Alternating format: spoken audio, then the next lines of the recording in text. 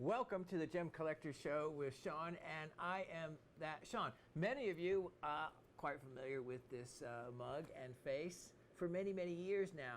But for those of you that have stumbled across this show in one fashion or another and found it in that large world out there in YouTube land, well, welcome. And just to let you know, this show I've been doing for over 4 years, but only in the last couple of weeks have you been able to see it on YouTube, which we will be now every week going forward. I have been here and associated with Gem Shopping for going close to 15 years. Everything from doing a live hosting television show for a large number of years, and now this. But in all the shows, you've been able to get some of the finest and coolest choices from everything from jewelry, high-end gemstones as well, to the lower end, and then, of course, to the earth treasures, I love to call them, which are the minerals, the fossils, yes, one of them, believe it or not. And here at Gem Shopping, they've given me a broad swath, let's say, of the ability to paint the colors of inventory as I see fit. So you can see anything from antique opera glasses I had one time, just thinking of something neat and unusual, to some of the most rare is of all gems and crystal specimens also. So you never know. I got into this, I'm 60 years old now, got into this as a hobby at 11, and my partner and everything, the Raven, she, at the age of 10, she's a little bit younger, we won't say her age, but between us we've been collecting for around 100 years total. So that makes for collections that go so deep. I don't even know what I paid for items, but one thing I do keep up with and I know is their provenance, how long I've had them, where I got them, as much information as all of you should keep. You keep as much information on your mineral specimens as you can, and when you're buying one, ask the person as much as they know about it. Believe it or not, a lot of times they'll know a lot less than you would hope for them to. So pick their brain though, so you do get that information. Now, to give you also a little bit information about kind of how we do this show, comments are encouraged, and we also do a trivia contest, let's say, each week, and they're questions based upon the show and based upon some knowledgeable item I will have talked about regarding a fossil or mineral. And then in the beginning of the next show, which is this one, we take and we read the comments, and we also tell and announce who the winner of the trivia is. And when there's multiple correct answers, then we quote, put them in the proverbial hat and pick a random number from the number of people that got the answer correct. So a little bit about myself. Well, you can go to Gem Shopping and just go, you'll see me on the home page if you want to just click on me there, or just go to the Ask Shawn, you'll find me. There you'll find a little bit about me regarding a host. Also, what you will get to see, which will explain a big part of me, is the how-to episodes, which range close to 30 different episodes of everything that you can imagine that you would work with your hometown goldsmith. And I actually demonstrate it myself, everything from creating a ring from start to finish in the lost wax method. You get to see casting, then fabrication, you get to see the rolling out, you get to see alloying.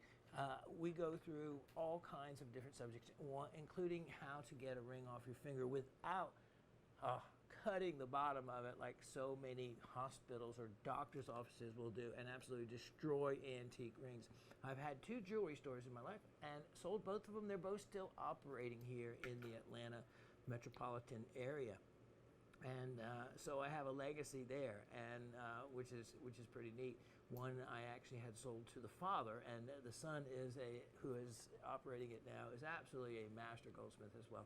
Has got all the neat toys like the 3D printers and the CAD cams and whatnot. And so pretty much I could do anything. But I would feel so old because I would tell him, oh yeah, back in my day.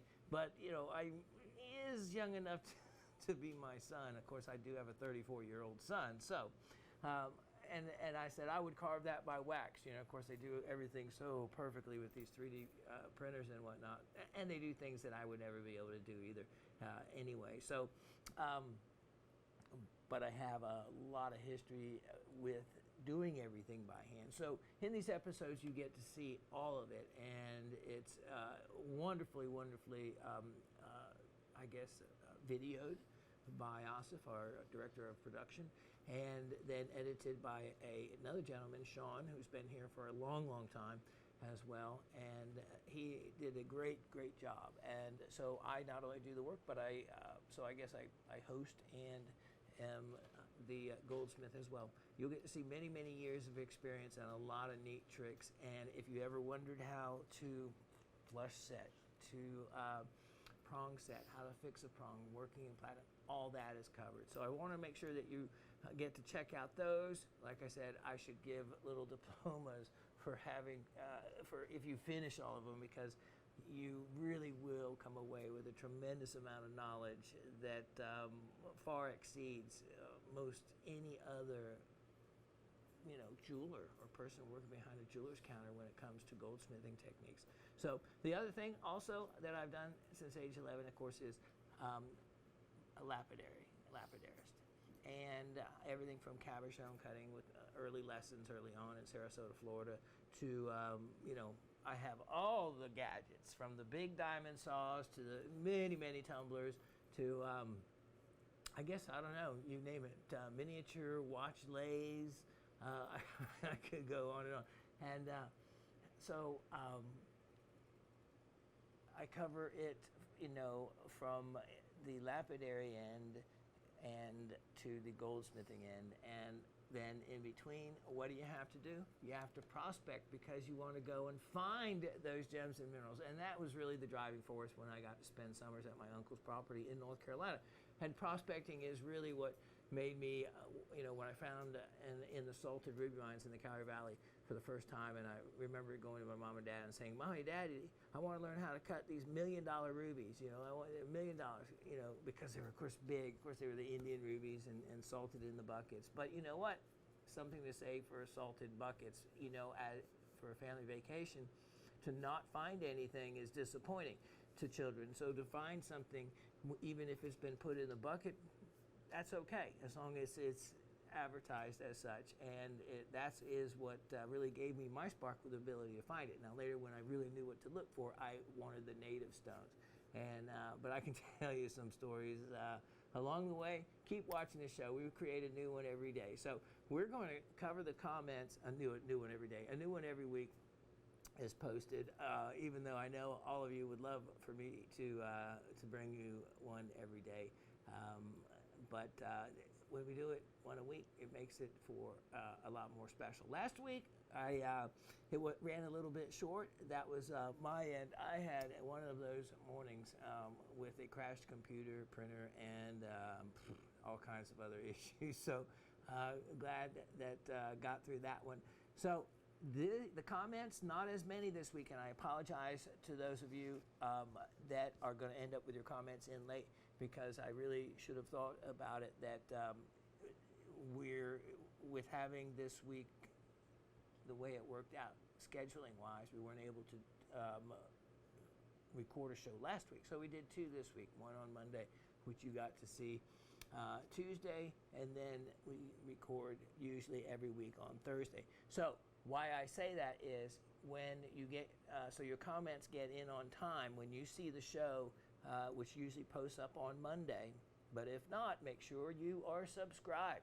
Make sure you subscribe to the show so that you are notified of if there are any changes in when it's going to be posted. So normally, okay, so when it's posted up on Monday, The cutoff for getting your comments in is mid-afternoon on Wednesday. Let's say mid-afternoon on Wednesday, because we record the newest show, so I need to have all the comments in by the Thursday. So it's probably best to explain that way so that you do get the opportunity to get your answers in on time or your comments, and we encourage them both. A lot of people have won. If you don't think you can win the trivia, no, many people have won many times.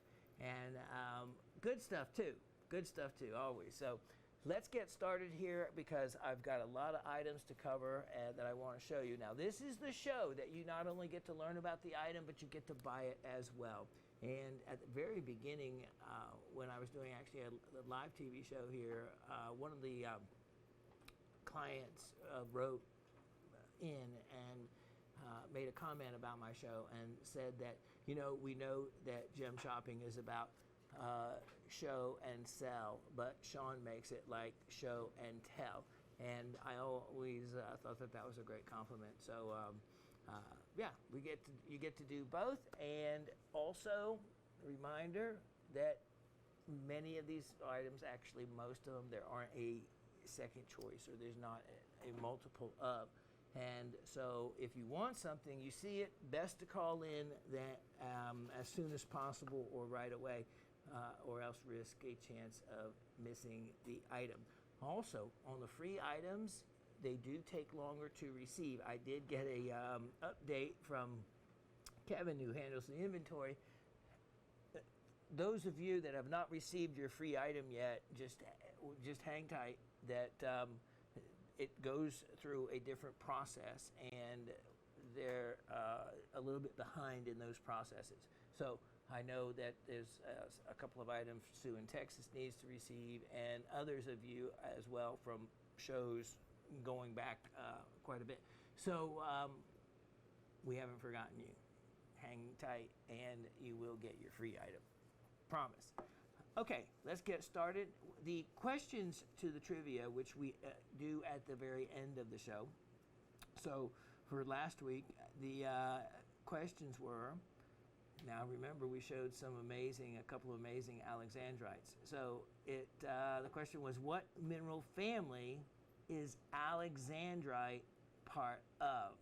Just like ruby and sapphire are part of the corundum family, and aquamarine and emerald are part of the beryl family. Well, alexandrite is part of the chrysoberyl family.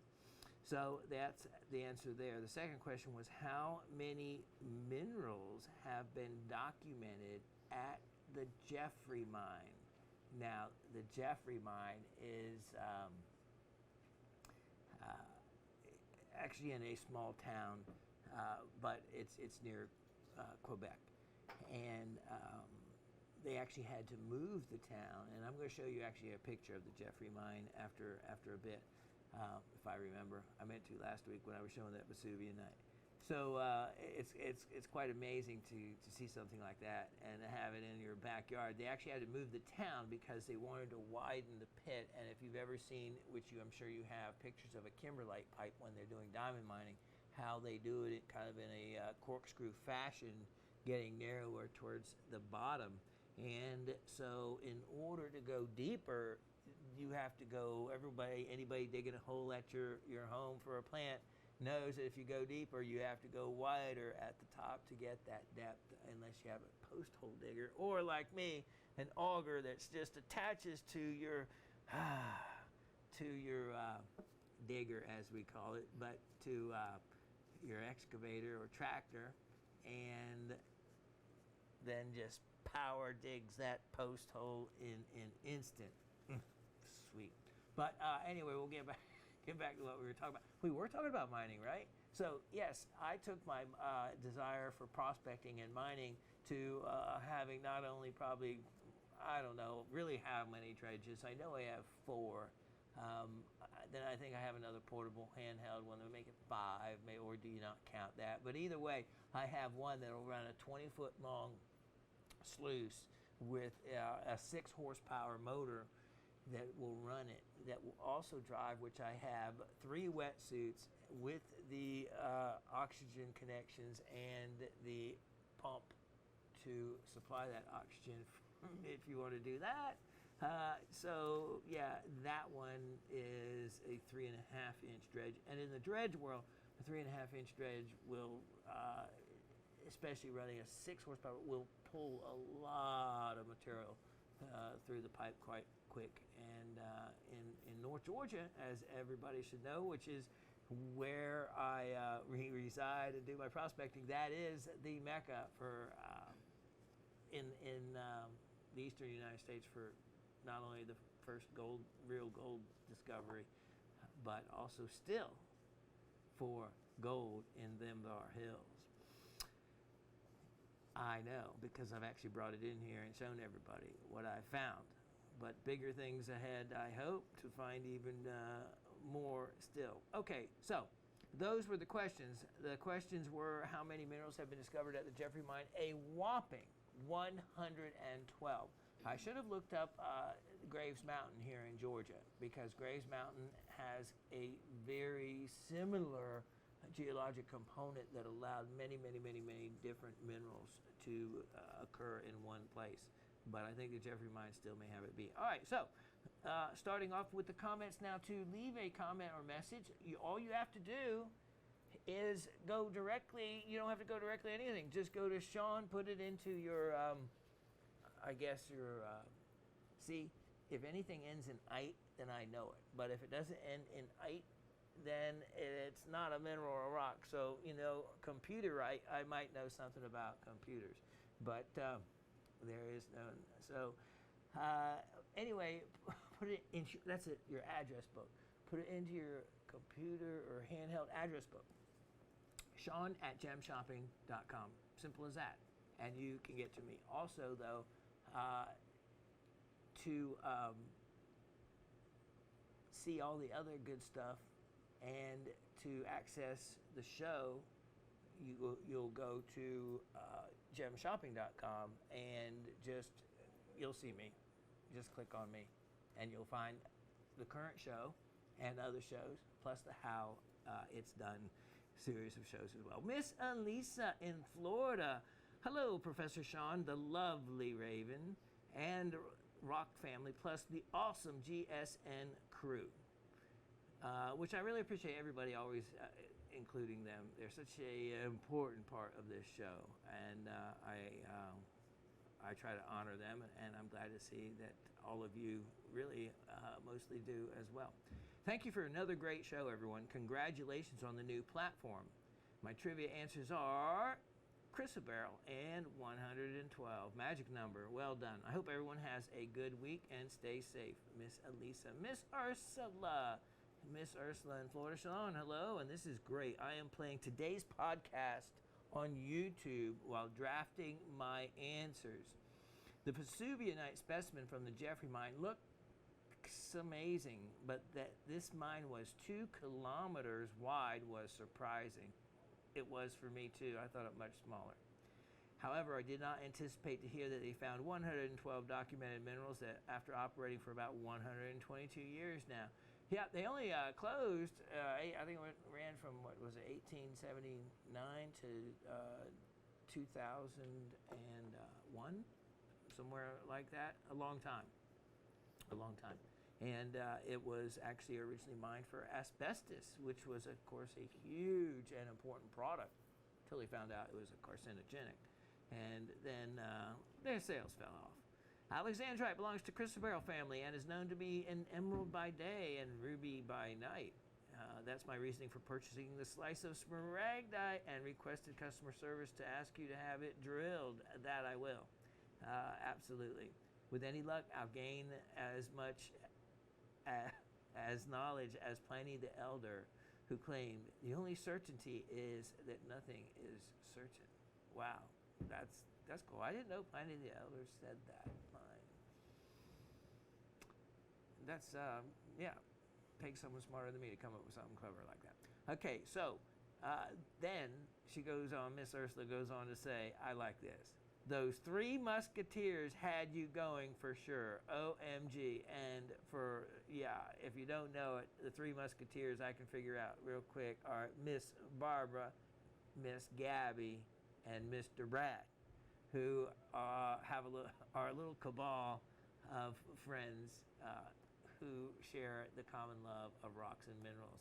And Mr. Brad really likes the fluorescent rocks and minerals, so that's really cool. We had someone join in with the family that likes that end of them, because it's really bringing it out. And many others of you that all for a very inexpensive amount of money, you can open up the world of rocks and minerals greatly to you. Of course, then you heard of the contributions Miss Barbara made, of all the other things she's been shining her fancy new light on in the household that illuminate and fluoresce at night. Some things you don't want to know, like, well, never mind. Don't ever take one into a hotel room. That's all I have to say. Miss Ursula goes on to say, I could not even spell metamerism before Miss Gabby wrote about it, but you took the opportunity to give us another lesson about Kelvin being the base unit for measuring temperatures, or how crystals can be dichroic. Yet Kelvin is really what it's all about for temperatures relative to colors of lighting, or the wavelength of lighting is another way to look at it. And the metamerism, I'm glad to see that no one really knew what that was. You'll be pleased to hear that another one of your sugar quartz geodes has found a new home. I wish you could have seen the face of this young boy as he opened his hands to discover this new treasure. Thanks again for giving us the opportunity to share our love for minerals with people we deeply care about. Sincerely, Miss Ursula. That's great. That's what's so great, that in that parcel of multiple geos that you bought, that you have enough, and that you would share them like I always have. And you never know the spark that may create and turn into a lifelong passion, as it has for me. And at different times, I've made more money from it than other times, but what I can say, that my entire life I have done and created a living out of something that I absolutely have adored. And so along the way, so that I could be multifaceted, pun intended, I did learn all the other areas of the, very young, I wanted to be able to prospect and find my own rough stone, my own raw, rough precious metal, and learn to be able to create a ring or a piece of jewelry from the metal, cut the stone for the precious stone, and create a ring to do it. And I actually was able to achieve all that by around 18. The problem was, though, to be honest, I never found enough precious metal to be able to, use that part of it. I still have hopes to be able to accomplish that, though, before I re-enter this earth. But the lapidary part and the goldsmithing part, yes, absolutely, I accomplished that at a young age. And so for the rest of my life, I've just been honing in on other areas. Like, I have an entire setup where I can be able to take gold and extract the pure metal from it. And so the chemical process, of refining, and that is a setup that it looks like you're, cooking something that you shouldn't be when it's all running. It's very, very laboratory looking, with beakers and wires, and then you have the big reaction where the catalyst all at one time pulls the gold out of the solution, and it's an amazing strong reaction. And anytime you get a reaction like that, you're going to get energy, and in the energy, and it's in the form of not only a very noxious gas, but it is raises the temperature of the liquid just instantly, really high on its own. That's the reaction. It's like, wow, amazing to watch. I did it on some green grass one time, away from the indoors. There's two types of catalyst you can use. One that you can actually say you can do it indoors. I would never do that, but they say, of course, it's safe. The other one is pulls out a little bit more gold, by way of percent, and so is the one I use, but it's a much more violent and dangerous reaction. And the 5-gallon bucket I used, so the reaction came up, and the vapors that were expelled during the reaction, so the gold dumps out in pure. I had it actually assayed, and it assayed at 99.95% pure, which is a very effective refining technique. And so the vapors came up over the bucket, and you could just see them drop down the sides, because they were heavier than the surrounding air. And then, of course, went out from the bottom of the bucket like that. The very next day, all the grass around it dead. So it was a sulfuric acid, like acid rain, basically, except in a vapor form. Very, very unsafe and deadly if you did it away from your input. I have the fancy gas mask and all that. So anyway, I over all this time have gone into every little niche. I have a really cool engraver, not only an inside ring engraver, but a regular flat engraver to engrave anything I want. All these other areas, so that I could branch out and create a living from each one of all these things that I love to do. So, unfortunately, many things that I probably should have charged for, I love to do them enough that I did it, and there goes not being a very good business person. But anyway, let's see where we finish off. Okay, so sugar quartz geodes, great job there, Miss Ursula, in giving them away. You never know what you just might start in some little boy's heart. Mr. Brad in Pittsburgh, Pennsylvania says, greetings to the Raven, the new YouTube host Shawn. Now that sounds a little better. The greater rock family at large, and the gem shopping crew. I hope all is well. I'm glad your dad did well with the new pacemaker. I accidentally, I'm just going to say it, butt called him as I was leaving gem shopping just last week. And all of a sudden I hear someone talking in my rear pocket, and it was his wife of 27 years. Wonderful, wonderful person. And so I got to see him, and he had a little thing, and it was good that it was just random and real quick, because other than that, I wouldn't have called him that day. And when things happen like that, they're just meant to happen. So I had a neat, real quick conversation with him. And yeah, he's doing well. He's 90. I was born on his birthday. So after having fought COVID, myself with the long COVID symptoms for the last 16 months, I think some days he does much better than I. Answers to trivia. Alexandritis color change crystal barrels. Some of them fluoresce, by the way, and I'm looking forward to receiving the first one you show. That was a big one. That was a good one. That was a great one. You're going to love playing with the color changes on that. The Jeffrey mine produced 112 minerals. By the way, that was a beautiful Vesuvianite. Yes, it was. Another great show. It got better and better as you went along, and ended up with a great zeolite. The snowball appearance reminds me of my college years in the Upper Peninsula of Michigan in the Copper Country. We would average 300 inches of snow a year when I was up there in the 70s. We would not see the ground from Thanksgiving until May sometimes. The black flies and mosquitoes were ferocious once the snow melted.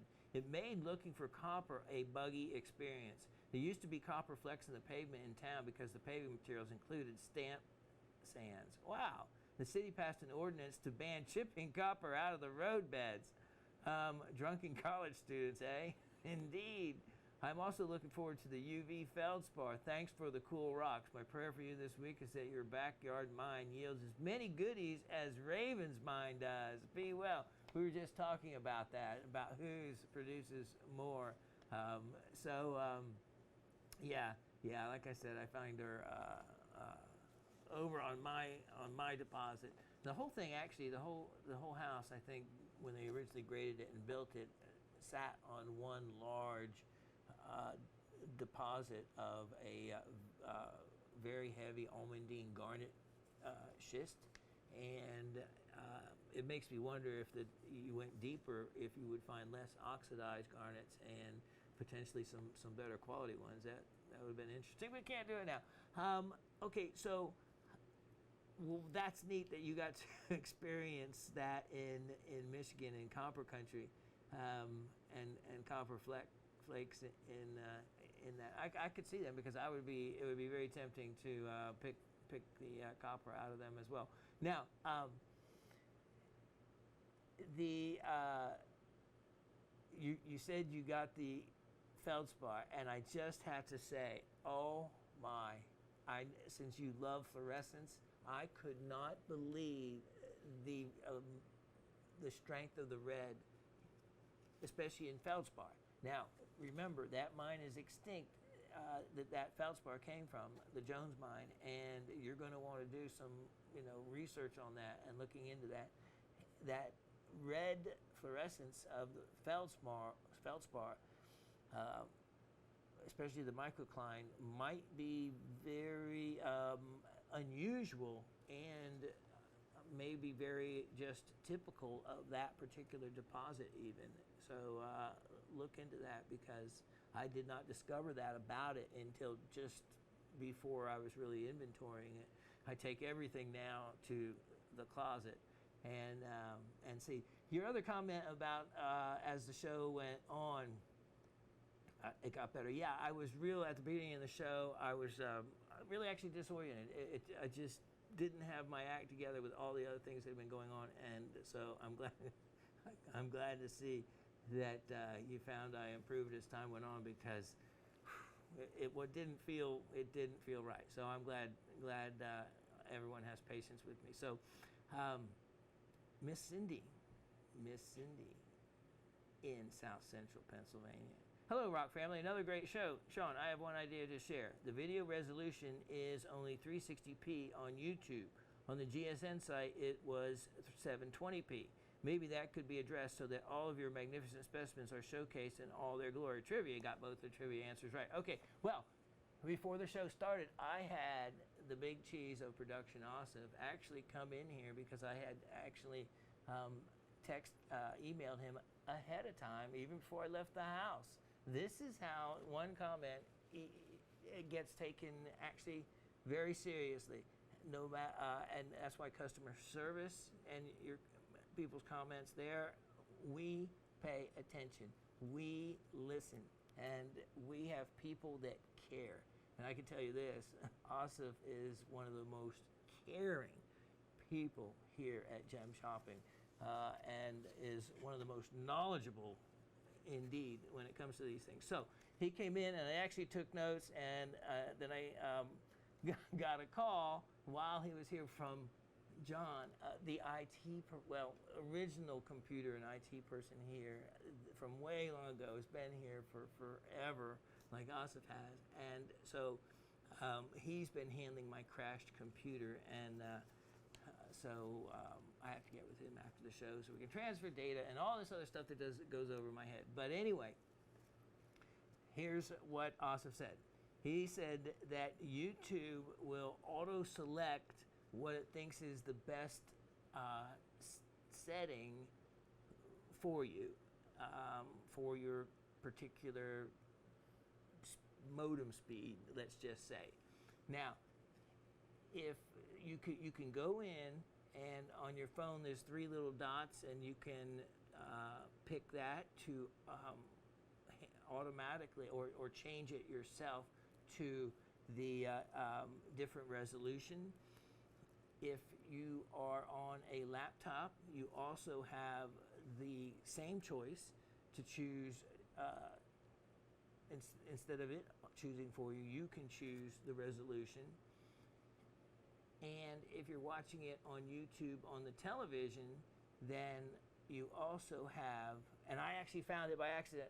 I actually saw the little spot by accident cruising around, and I saw where you could change the resolution manually.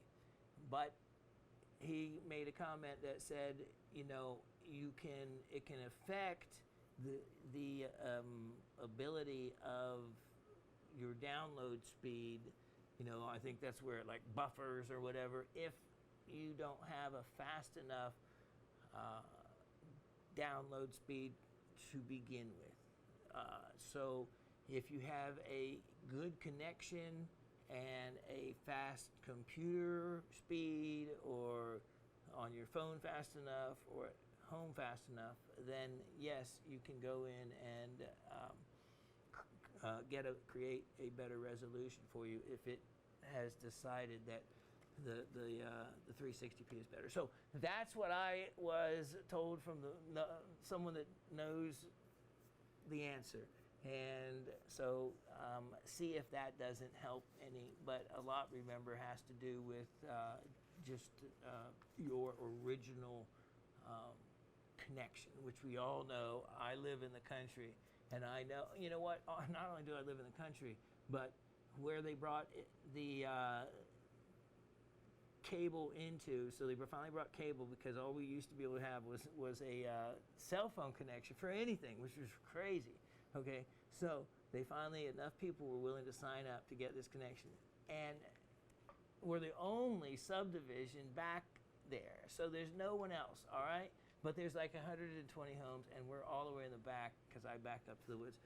You can tell after school on a Friday afternoon, when the kids are allowed to get on and play their games and whatever else they want to do instead of like homework or things that they should be doing, or later in a Friday evening or Saturday evening, because the speed just slows down. So it's kind of funny that even though they may always claim that it doesn't do that or whatever, but yeah, it does. Okay, now, at least that is in my opinion. Miss Cindy goes on to say, enjoy the week, everyone. Let's see. Cindy, who is back to work after 5 glorious days off. I guess I can take a 3-day week. She is one of the frontline healthcare workers, and wow, she deserves all the time off she can get. We have Mr. Anthony.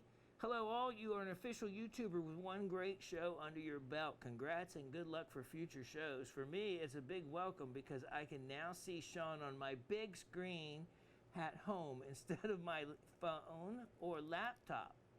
So all new to show, stick around. Shawn will take us on a great ride. He has not let us down. Thank you, Mr. Anthony. The ametrine question I had was answered. Thank you. So I went and bought the ametrine slice, as well as the yellow star sapphire cab and the triplite parcel. Ding, ding, ding, ding. You got all, what is that, a triple ringer? I don't know. You did really, really, really well. And I have a lesson today. Remember last week we covered emeralds that have been colored and how to spot the ones that are obvious, which is usually where they really create the color enough in such a way that it makes for a good lesson, because it's very obvious. Today, same thing. I am going to show you and give you a lesson, if I remember, on diffused star sapphires and how to spot them. You're going to like that too. And we call these little educational segments that we do, and they're mostly only a few minutes in different shows when we do them. And at some point, it'd be good to, if we put them all together into kind of a series, episode series, I think it would be a great educational tool for everyone. So let's see. Trivia. Jeffrey Mine, I believe you said, oh, Anthony, you left off the one. 12 different minerals came from there. Alexandrite is, oh, you were having a day. You were so excited about getting those items. You wrote, Jeffrey Mine, I believe you said 12 different minerals came from there. I think I got 12 different minerals in my backyard. And then you wrote, Alexandrite is an Alexandrite.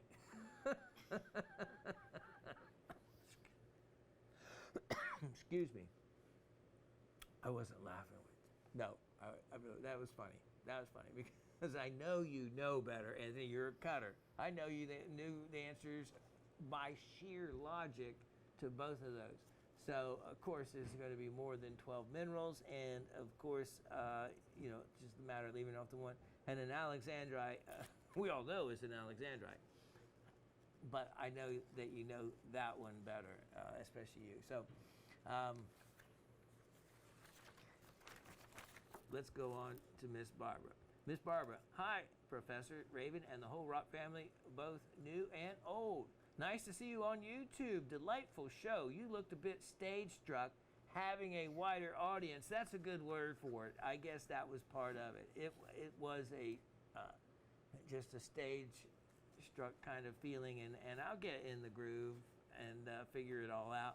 And yeah. Well, we'll leave it at that. Kind of like going on TV and thinking of how many people are looking at you right now. As you say, that will pass. Yes, it will. I agree that the Walter Schumann book, Gemstones of the World, is a wonderful resource. I have a 13th edition. Where is, okay, yep, wait. Do I have it back there? Dang it, I meant to get it. Okay, I have a 13th edition, and that's not even new.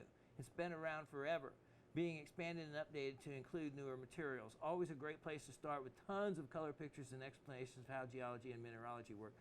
Yeah, I actually got one of our editions, and in my jewelry store, I actually used to buy them by the case and sell them. And it was the only book I've ever believed in enough to do that. But anyway, I noticed my edition, you have the 13th, mine is the 3rd. Wow. Glad to see metamerism broke your brain too. And Miss Barbara is a very, very smart person and knows a lot about a lot of things, including gems and minerals. I watched talk by Bruce Bridges, son of the late Campbell Bridges of Savorite fame. And for those of you who are not familiar with Campbell Bridges, unfortunately many, well, I say many, but a number of years ago, he was actually kind of ambushed and his some of his team, and he was killed. He was killed in the bush, and he was the actual discoverer of Savorite in 1967, and had worked with the local people and all, but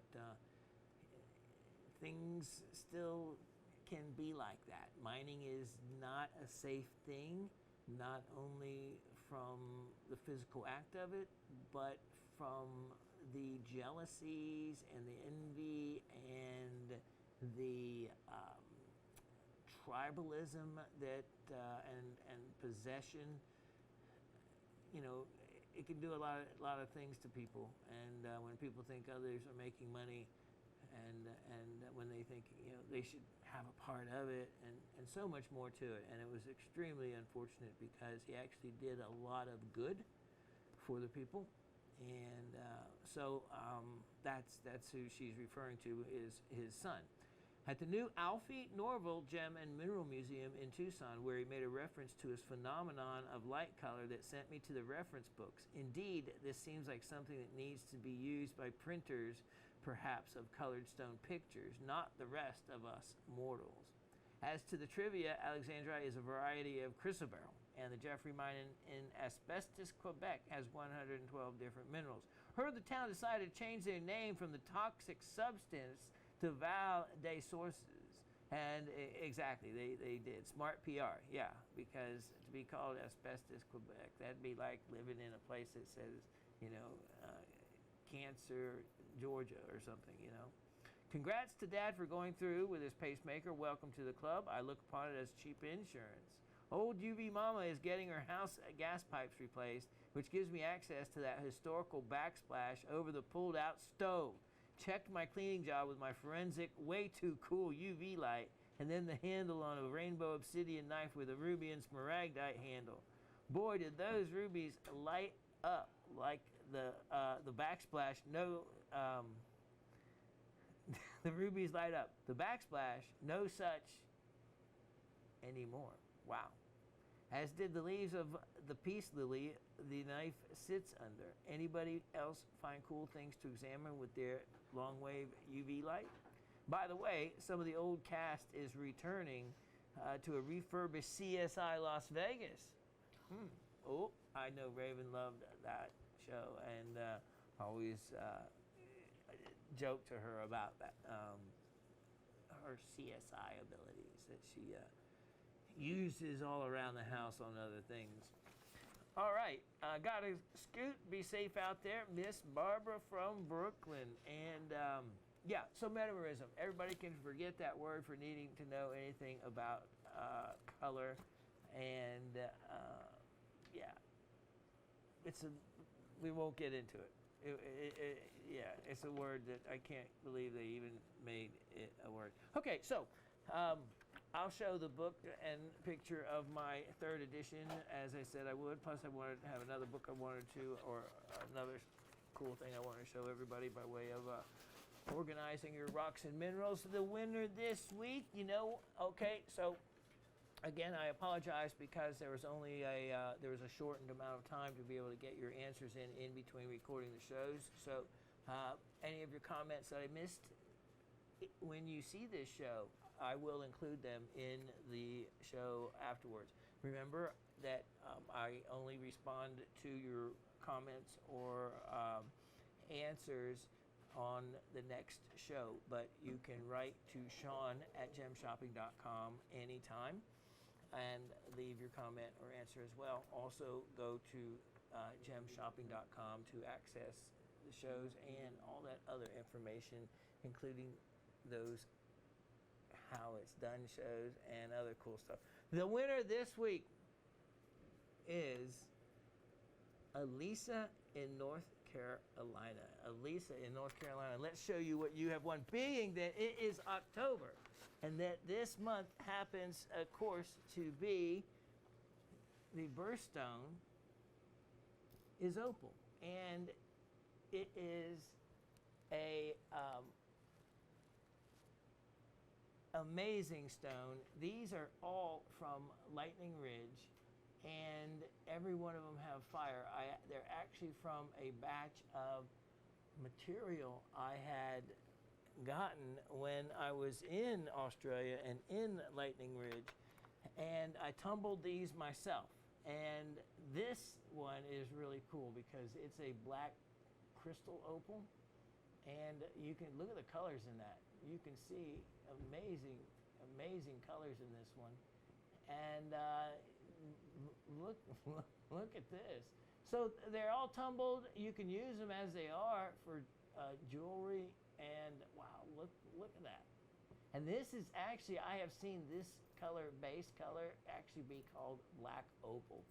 To me, it's more of a gray base opal, and doesn't get into the N scale for where it would be deemed black, even though a lot of people will call it that. But it is certainly a nice darker base color tone that really enhances fire in Lightning Ridge material.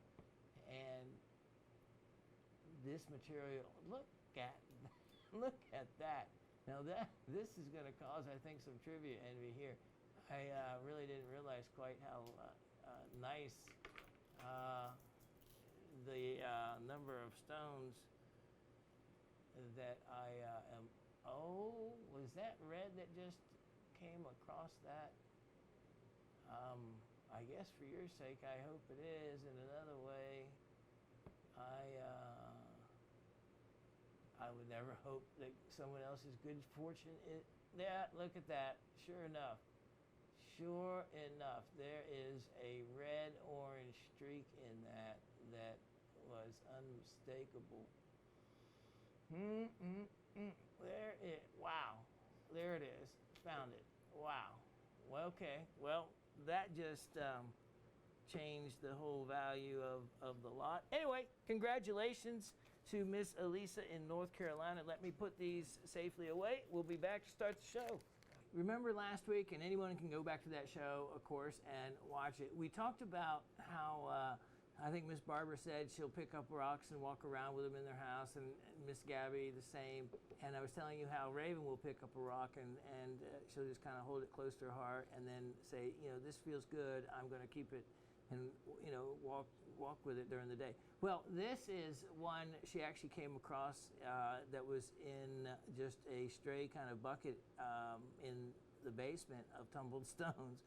And imagine having them, and it just jumped out at her. She just kind of went right to it, and it kind of spoke to her. And you know what she said? She goes, "This is the carnelian from the movie Tarzan," and it certainly is. If any of you have seen that movie, great movie that came out a couple of years ago, it was the rock that was passed on when the mother gorilla died. It was actually a sad moment, but it was neat because they used a rock for the sentimental, to create that bond that carried forward. They always kept the rock. And so this was something that just spoke to her, and she actually, it was actually underneath a bunch of stuff, and I didn't even know I had it. Because here's what really, she said she just knew there was something special about it. Look at this. Here is a cool druzy pocket of crystals in it as well. And I don't think she would sell something like this at any price because it speaks to her. It feels really good. It's warm to the touch, and rocks will do that. Minerals will do that, and they'll have their own energy to them, and it seems like they'll speak to them. Look at the unusual formation. So anyway, I just want to show you that since we were talking about how rocks can have that appeal. And it may be for a day or whatever, or be just that special piece for that particular day. Here is the book that I wanted to show you, but I go back so far. Barbara has the 13th edition. This is the 3rd edition. Isn't that what it says? Newly revised, expanded, 3rd edition. Yep, Walter Schumann, Gemstones of the World. It's so cool because this is what it's about. Look at this. It has just general information, just the information you need. Then the incredible identifying pictures.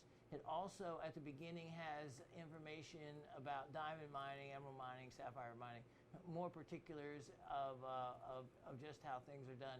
So, I cannot recommend it enough for an overall informational book. Now, for those of you that really want to track your rock and mineral specimens, here is a great, the Raven got me this, a Rockhound's logbook and journal. And you can log your specimens. They're listed here, the different ones, and then you can log in what you have. Veracite, I actually have some Veracite. I'm not turning loose of it from Utah yet. And you can log in what you have found underneath the different headlines. It's just kind of a neat way to do something like that. They actually have unusual stones in here, which is kind of interesting, along with some great pictures to go with them. So a neat little combination booklet right there. Okay, now that was that. Let me show you one last item that is the educational part. Then we're going to get to all the good stuff that's for sale. Now, we did emeralds last week, right? Well, let me show you this week. Remember I told you diffuse sapphires. Let me look at these sapphires. Now, if I had those for sale, you'd scoop them up as quick as you could, and many people have done exactly that. Bought these. They have an incredible star. They're not like the Lindy-A's. They look very much more natural than the old Lindy Star sapphires because these are actually genuine corundum. And what they take is a material called Gouda. There we go, thank you, sir. Which is a gray or a clearish kind of included corundum, and with heat and chemicals, they will put a surface diffusion on the stone that if you recut them, it would actually cut that color portion out. It's not a really deep diffusion, but it does also create a much sharper star in the stone. So the rutile, it causes it to recrystallize and form a very distinct, much stronger star. Now, let me show you. here is, if you have those, look at the color, right? Look at that color, blue, all very even in color tone.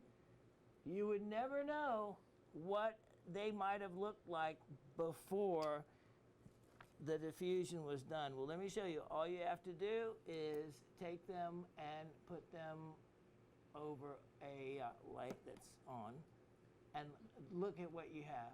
Look at what you have. Thank you, sir. You can see not only the zoning telling you that yes, they are genuine corundum, but look at the different colors.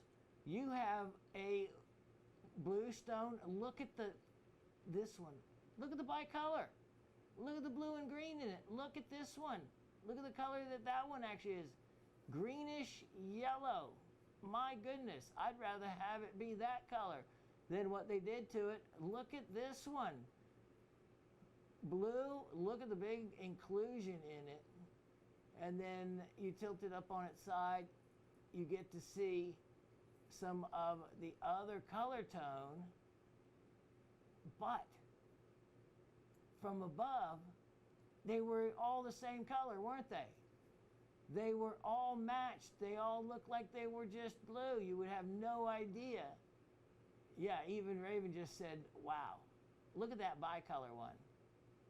They were able to take a bicolor stone like that and not only bring out an amazing star, but bring out a stone that faced up a perfectly even color tone, all in the blue color range, and look at that. You just tilted a little, look at what it becomes, and got rid of all the other colors. Same thing, look at that stone. Look at that stone. Yet, turn them over, thank you, sir, and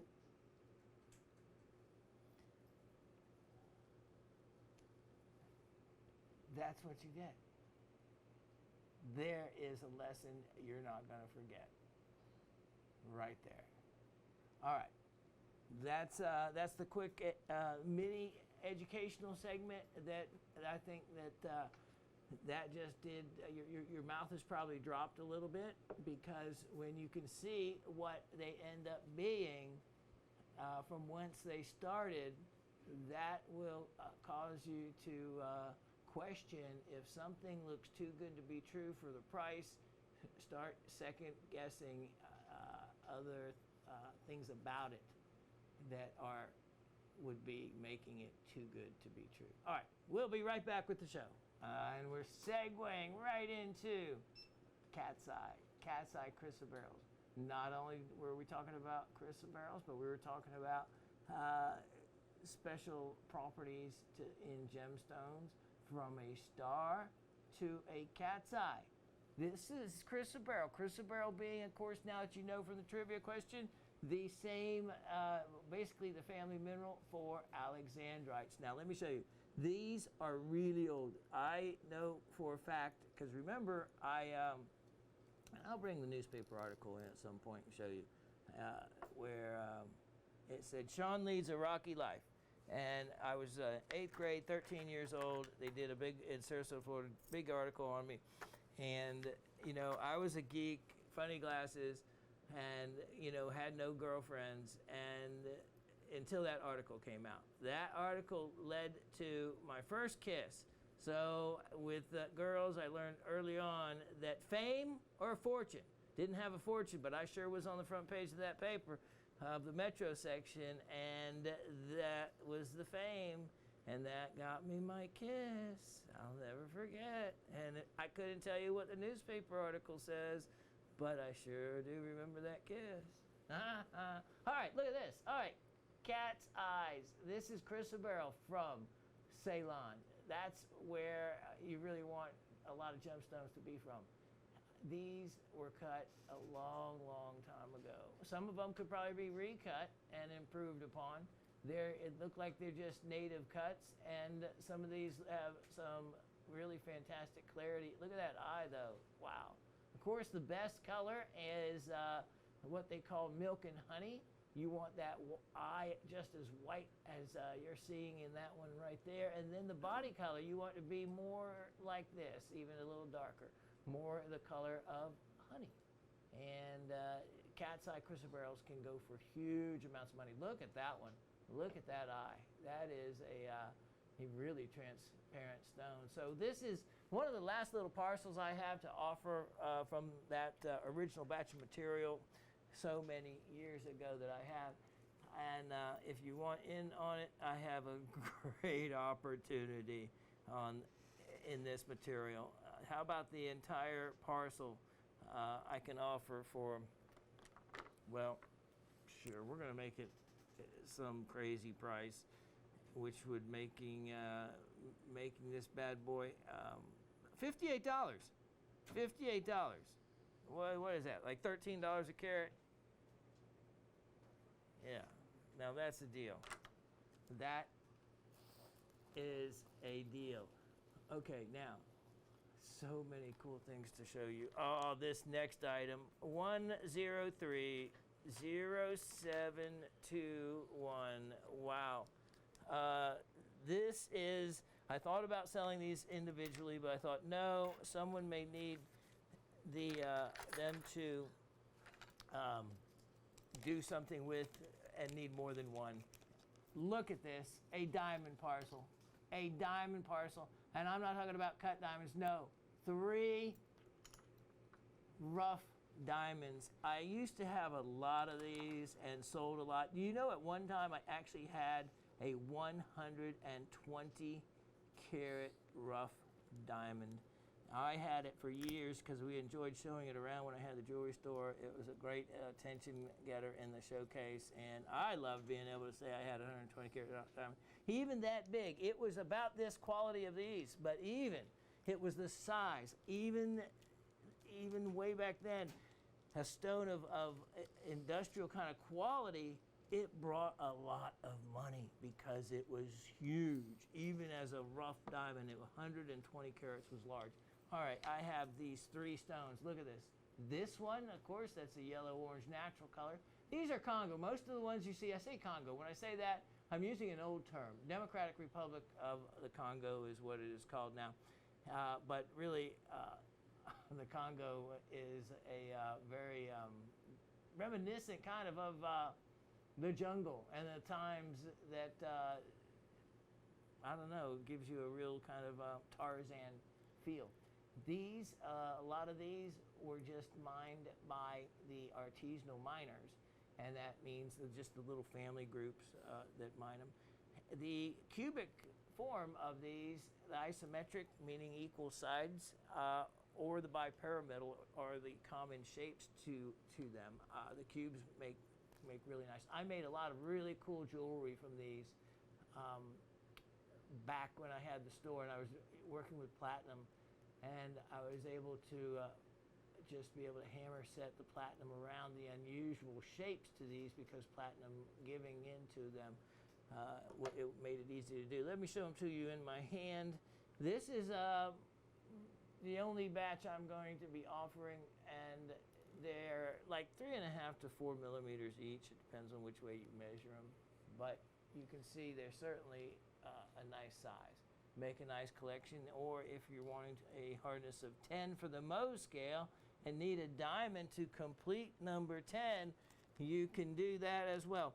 Here is a great opportunity on the 3, and when I was doing a little research on looking at rough, because I hadn't even looked at any of the rough stones that were available, well, you know what? It was a lot harder to find diamonds, rough diamonds that I thought. Several different reasons. There's a lot of lab-grown material out there, so beware of that. And then the other thing is beware of crystal shapes that aren't that are out of shape, so to speak. In other words, the ones that don't look like a cube or don't look like a bipyramidal shape and are just out of shape, so to speak, they are worth less than the crystals that look like a crystal. So keep that in mind when you're looking at them as far as the value goes. In other words, these, since they have more of a cubic definition, they are going to be a better value and a more desirable stone. Like you can see the crystalline shape to all three of these. And this one actually is a little, you see that green tint to it? That actually is, now maybe it's my mind wanting to, but there, you know, everybody wants to see a little green. But you can actually see that without too much imagination, a little bit of a greenish gray to it. All right, so here we go. The price of all three, only $58. Only $58. And yeah, that's for all three. So I know that that's a good deal for someone. Now, let me show you. Yep, fun stuff here. 1030321. What I'm getting ready to show you has been by my bedside on top of a little drawer set I have, and has been sitting there for years. I had to dust it off, but because I found it so interesting, it deserved that spot of royalty. Look at this. Look at this crystal. And I'm talking about cool. Look at the iridescence on this. And it's twinned. Look at that. Look at that. A twinned dogtooth, meaning a scalenahedral crystal habit. That's the crystal form. And Reynolds County, Missouri. And then look at, on every face, you have iridescence. Now, that iridescence is a surface oxidation, possibly hematite, creating that. Not exactly sure. Maybe a little research could easily probably discover that, but it's not something that you want to, it can be removed easily through different chemicals or whatnot. So you don't want to do that. You don't want to do anything that would remove that. Now look at it along the side here. This is cool. This is calcite on calcite. So you have a, or is this the one with the quartz? Let's go in. Are we in all the way? There we go. Perfect. All right, here we go. Let me look at the surface of that because, yeah, but that is quartz with that. That is quartz. That's cool. That's cool. Look at the clarity. Look at the clarity. So this is a really neat, like thumbnail size specimen. It's a just a really neat rarity with the iridescence and the beautiful formation. $21. That's it. Only $21, and I'll get a sip of drink. Next. 1030821. You know, that's just it. It may not be a lot of money, but I can tell you one thing. If you went out and wanted to try to find another one, you could search show after show and never find something like that. Never find something like that. On this one, yep, this next item, it's 1030621. This next item will blow your mind. Take off on words and a poor job at it. Look at this. Wow. Isn't Mother Nature amazing? These are natural colors. This is natural color. You're talking about, yeah, this is what you always want me to part with, because you know I've had that parcel of Sleeping Beauty turquoise, and I am running low. But I thought, since in celebration of coming over to YouTube and all the new people that will be coming in from YouTube, well, I'm going to give all of any new clients watching, but certainly since the old family members I know are still here and watching, you're going to get the benefit of getting me the opportunity of me featuring some things again that I have held back on. Look at those alexandrites that you were able to get in on that I would hadn't shown any in years. So how about that? It's a benefit for all of you, because you're still the first ones that really are getting to see the show. So, yes, these are the real deal, and there's several different ways you can tell. They're not. They're going to be locally cut. You know what? I'm not going to even open that up. It's not worth it. You can see it. They're polished on the back as well, and you can see that they're cut to the stone. They're not cut by way of calibration. So you're going to get maximum size stones. Some may even be a little bit out of round, and that's okay. And then oftentimes what they'll do is they'll actually tumble finish them at the end, and you can you get a finished back side that way. The back is fully polished, and it's a good way to finish off a gem oftentimes. Now, wow, that kind of color, that is what everybody really wants when they think of robin's egg blue and whatnot. So, all right, price on these. I really don't even know how to price them. It's just something I've had for a long time. So take advantage of them, because I know either way, this is going to be a deal.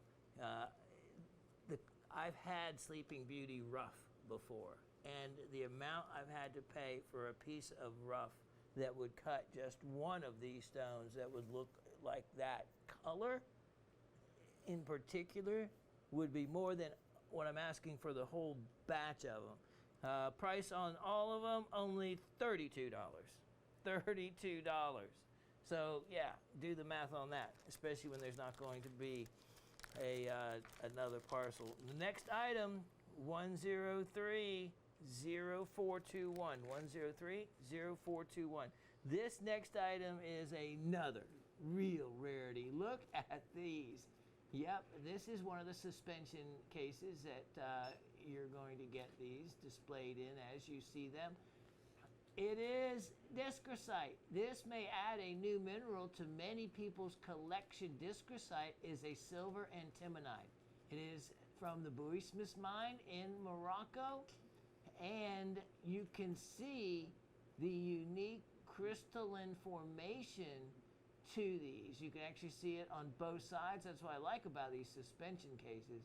You can just turn them over and see the other side as well. If we come in there, just there we go. And you can really see the very well-defined crystalline form. Remember, any native precious metal, whether it be a silver or gold or platinum, mostly you don't get platinum alloyed minerals. Mostly it's silver and gold. They don't form too many other combinations, but you do get some. And discrosite forming with antimony, that's a real unusual combination. And you see the specimens many times, dealers even don't know exactly what is in a particular mineral specimen. So this was a novelty at the show in 2009, and I had at that time, right after that, was able to get a flat of this material. And a lot of you may have, or some of you may have been able to get in on some of these specimens that I've held out for over a decade, and I've been holding on and enjoying them. And so I've begun to share some of them, and you've seen some offered. Now, here's the difference, is I know what I'm selling. And the dealers that were selling these specimens didn't know. They just said silver. That's all they say is, oh, native silver specimen and calcite, a lot of them were. Well, you know, seldom is anything just silver. There is argentum, there is many other alloys of silver. And one of them that is found is discrosite, what you're looking at here. and oftentimes it is misidentified.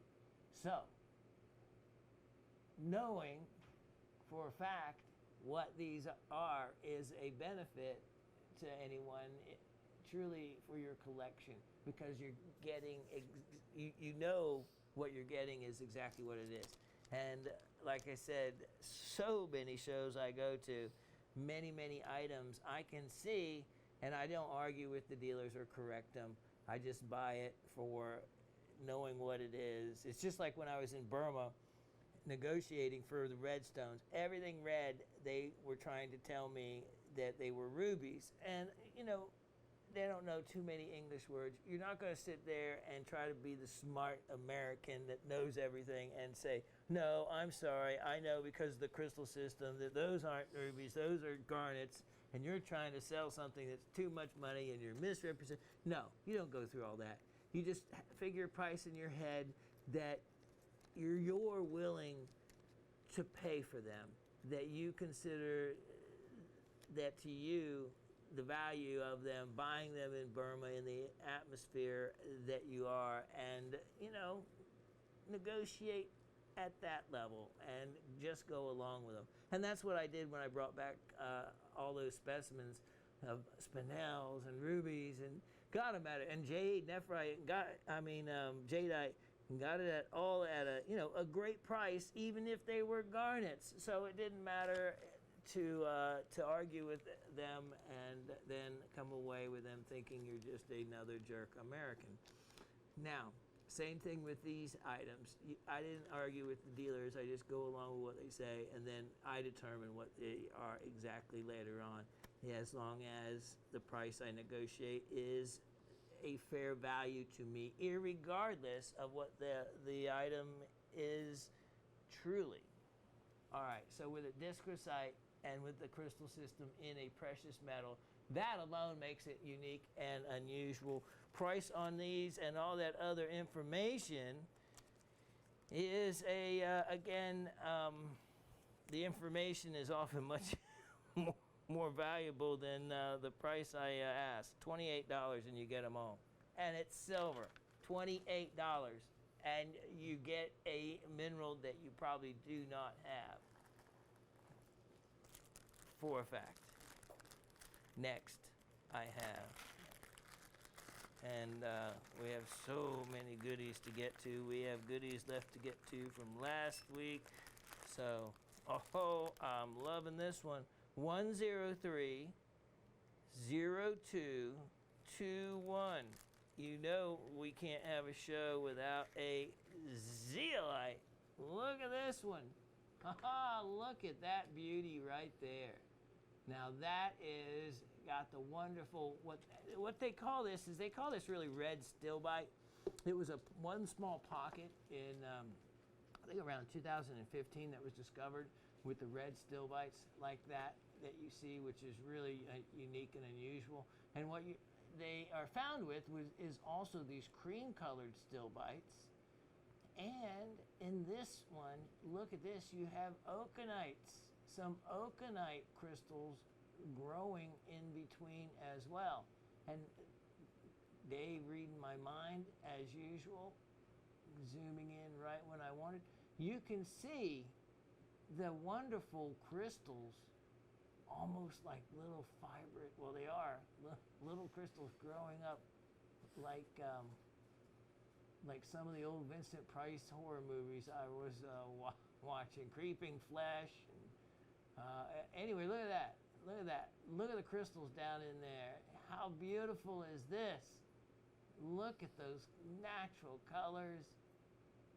And with the okonite, this is a specimen that really will stand out and not break the bank. You can see it's from the, depending on how we want to pronounce that word. I need to look that up so we know.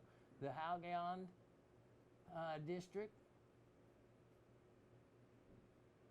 or Jalgeon, or Yalgeon. All right. Wow, there's a good angle right there on it, and for only $48. 48 only dollars on that one. Now, let's look at 103-0222. 0121 as another potential option for you. And this is another very limited in availability piece. Look at this. This is with the red stilbite again.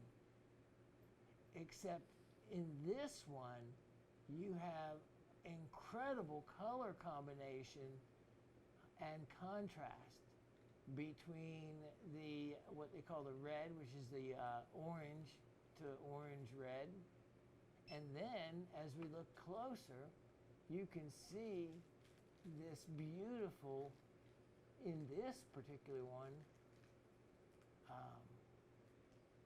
wow, there's even some bicolor crystal growth. Yeah, absolutely. Wow, look at the reflection coming out of those. This, with the okanites, look at that okanite. Look at those fibers.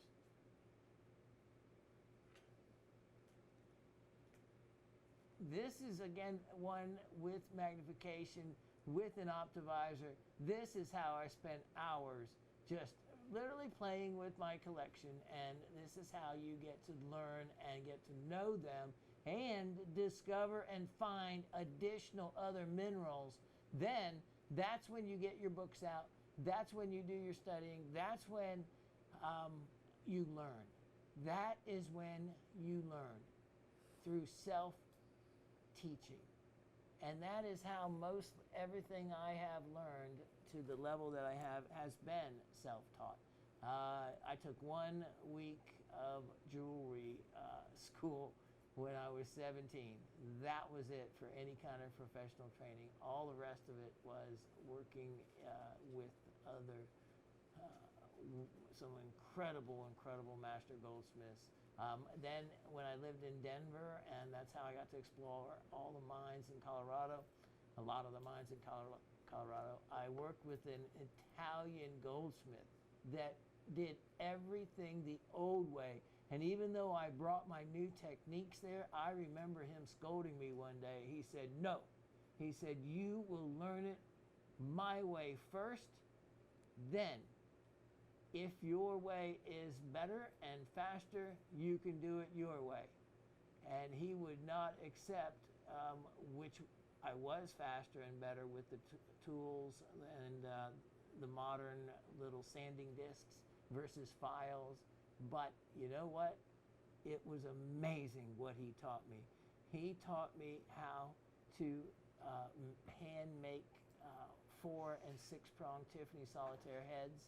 He taught me how to draw out tubing and make my own tubing. He taught me how to do techniques in gold work that I feel like I have been to an Italian school for goldsmithing, and which people have gone, and the tuition to those places is exorbitant.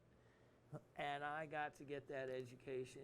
Rocco Raffrano, I'll never forget his name, and you can't get more Italian than that. And great guy, but very studious and very structured. And so then, of course, in my free time, I had to pass gold in Colorado, and you either went to the Coors Brewery for your free beer you could get, or you passed the Colorado School of Mines, which I was accepted to, because my parents said, they were always big, I'm one of 6 children, they're always big in education. They said, okay, well, at least apply, because by then already I was a goldsmith and managing a trade shop.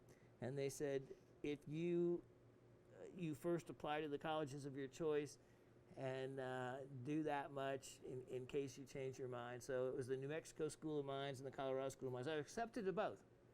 And that's as far as I went. And of course I miss not having had that degree at this point in my life. But, I remember I used to go panning and up to Black Hawk and Central City, huge gold mining areas back in their day. And I would pass the classes along Clear Creek Canyon that were studying the geology on my way up there, and I'd see those little groups, and I often thought, I wonder if I could just sneak into that little group and them not notice me. It was something I still lamented all the time. But this morning, and we get up really early on show day, Raven just happened to turn the TV on, and I don't know what channel it was, but the show was called, what was it, American Gold Hunting? Something like that. And it was about some people, guys, brothers, 50s and 60s years old, restoring and building this mine out, hoping to find this Norwegian's gold back in this shaft, way back in this mine. And I just said to Raven, I said, you know, the odds of them actually finding anything after the effort they're going to put into it is just not worth it. Seldom was gold ever left behind in workable mine shafts. So anyway, I have many other gold stories that and experiences that you'll get to hear along the way. Tune in every show for every week, and you'll get to hear them along the way. All right, this specimen is only $68. $68, and look at that. That is a small cabinet specimen, but has crystallization and look at how mineralized that is all the way around. Beautiful okonites. One more little area to look closer in at is right here. Look at that. You can see all the crystals of the okonite, and then all in between. Look at how red those stillbites are. This was from only one small pocket that was discovered. And what was available was it. That was it. I was able to get in on a nice number of the pieces, so was happy. And now I'm dribbling, trickling one out here and there. So that's a beautiful opportunity for someone. Take advantage of it. Now, this next neat item, since last week, there were many of you that commented and talked about, and I hope someone didn't miss out on getting the parcel, because it sounded like a couple of you said you bought the same mixed parcel. It was Raven's kind of mixed little crystals, her crumbs, as she calls them, but her crumbs are often some quite nice items. Item number 1030521. 1030521. What you're getting ready to see is all three containers of crystals that will greatly enhance anyone's collection. So let me just move those kind of back into place, and we'll show you one at a time. All right, the first one. Look at this container. Oh, does it have some beauties in it? Now, these are all very cool crystals, and I have them all listed up there, but if you want origin, then you need to listen to my voice and write it down if you get this parcel. Okay, so we know this one was important enough that I wrote it in the description. Sweet Home, Colorado. The Sweet Home Mine, Colorado rhodochrosite. You can just tell it is by looking at it. I have faceted a 12-karat stone from a crystal from there. It was stunning. I have pictures of it. I've showed it here on Gem Shopping. Look at the quartz crystals. Look at that. And this is see that? That's a thumbnail. This is a thumbnail specimen. Even as small as this is, you have two cool quartz crystals with it. You also have what I believe is tetrahedrite, which forms in that deposit. Then, of course, the rhodochrosite, which is a manganese carbonate. And they used to just throw this material out as what they call gang material, which is useless tailings. And some of the first rhodochrosites were found in the tailings piles. Could you imagine that? And then, of course, later they broke into and found stunning deposits and rooms of rhodochrosite. And now, though, of course, the mine's been closed. No more material going to be available. They're trying to open up a mine higher up, and we'll see how that turns out. There's supposed to be some other material going to be available, but nothing from the Sweet Home mine. All right, so that's one of the most really important crystals there. Let me show you real quick. Look at this. That's a beauty. That's a really nice hexagonal shape, ruby or pink sapphire, depending on how picky you want to be. Here, look at this. This is a, seldom to ever find peridot crystals, but you can find, you can from Pakistan find crystals, but material, look at the color. Look at the color of this. This is some of the richest peridot color I have ever seen. And it is really probably most likely Arizona material or Burmese material. Actually, because of the shape, it doesn't look like Arizona material, which is found more in rhyolite and has kind of more of a very asymmetric shape to it. Now this, by way of color, it looks like it probably most likely is a Burmese peridot, which would be this is actually cuttable. That's facet grade. Look at that. I mean, that would facet a stone. Wow. This is, you should know by now. Look at that. But I loved it because it was terminated instead of at both ends like most of them are, just at the one.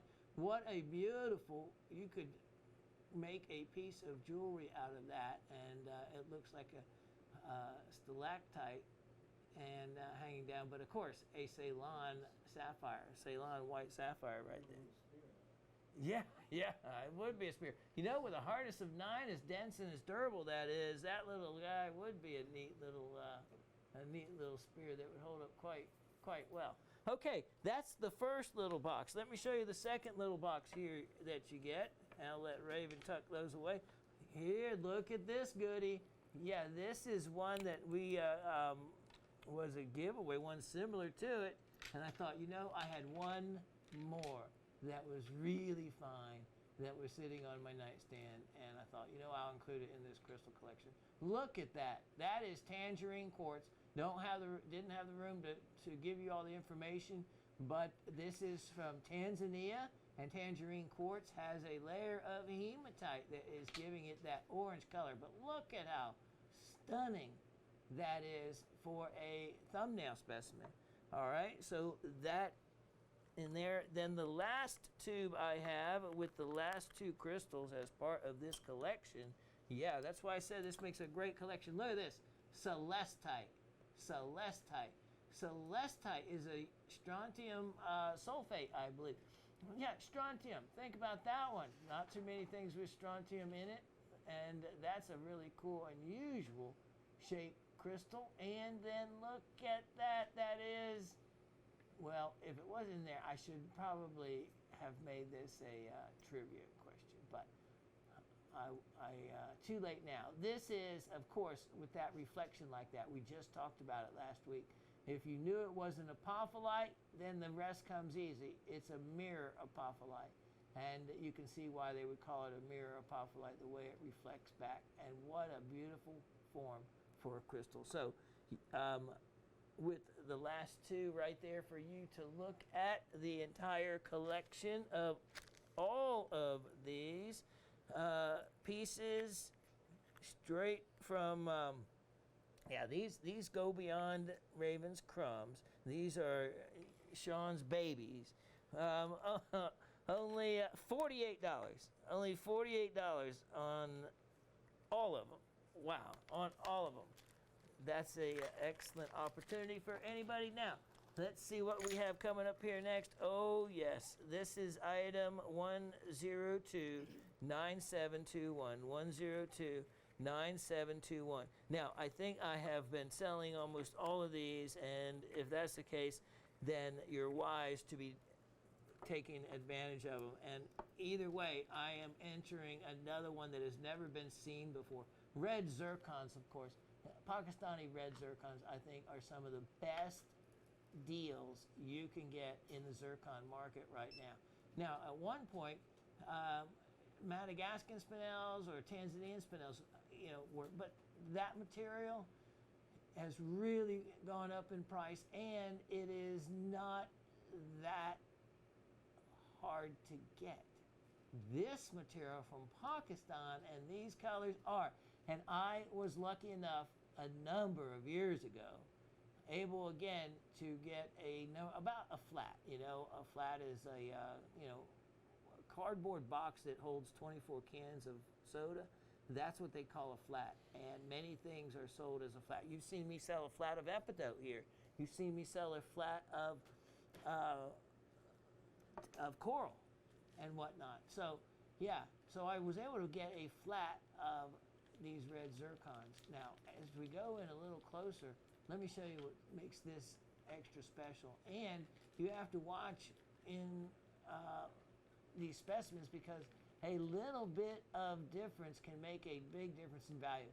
Look at not only the color and clarity, but the really nice shape to that crystal. You see that really fine termination right there against my finger, as you can see it. That's very attractive. And look at the color and the translucency to transparency. This has then another really neat crystal in between this other one. And then again, look at the termination to this one. Bigger. And for those of you that want to do a little specimen preparation, or teach yourself the the good parts and bad parts. Bad times are when something goes wrong, but you learn from it. And that is, of course, extricating and removing material from around a crystal to expose more of the crystal. Sometimes it works out well, sometimes it doesn't. But if you think all these incredible museum quality crystals that you see on the cover of the magazines and in the magazines came out of the ground that way, not a chance. All of those have had many, many, many hours of time spent on preparing the specimen, with cleaning out all the little mud, all the other things in it that takes away from the specimen. And crystal preparation is an art in itself many times, just as fossil preparation is, and can make a big difference to the specimen. And for something like this and the price, it's not a lot of money for you to experiment on doing a little removing of material if you so desire. This is only $48. $48. And look at that. A great look for the money if you even just wanted to leave it alone like it is. Indeed. Now, this next piece is a real, it is the out of the entire flat that I got, which I got a flat of this material too.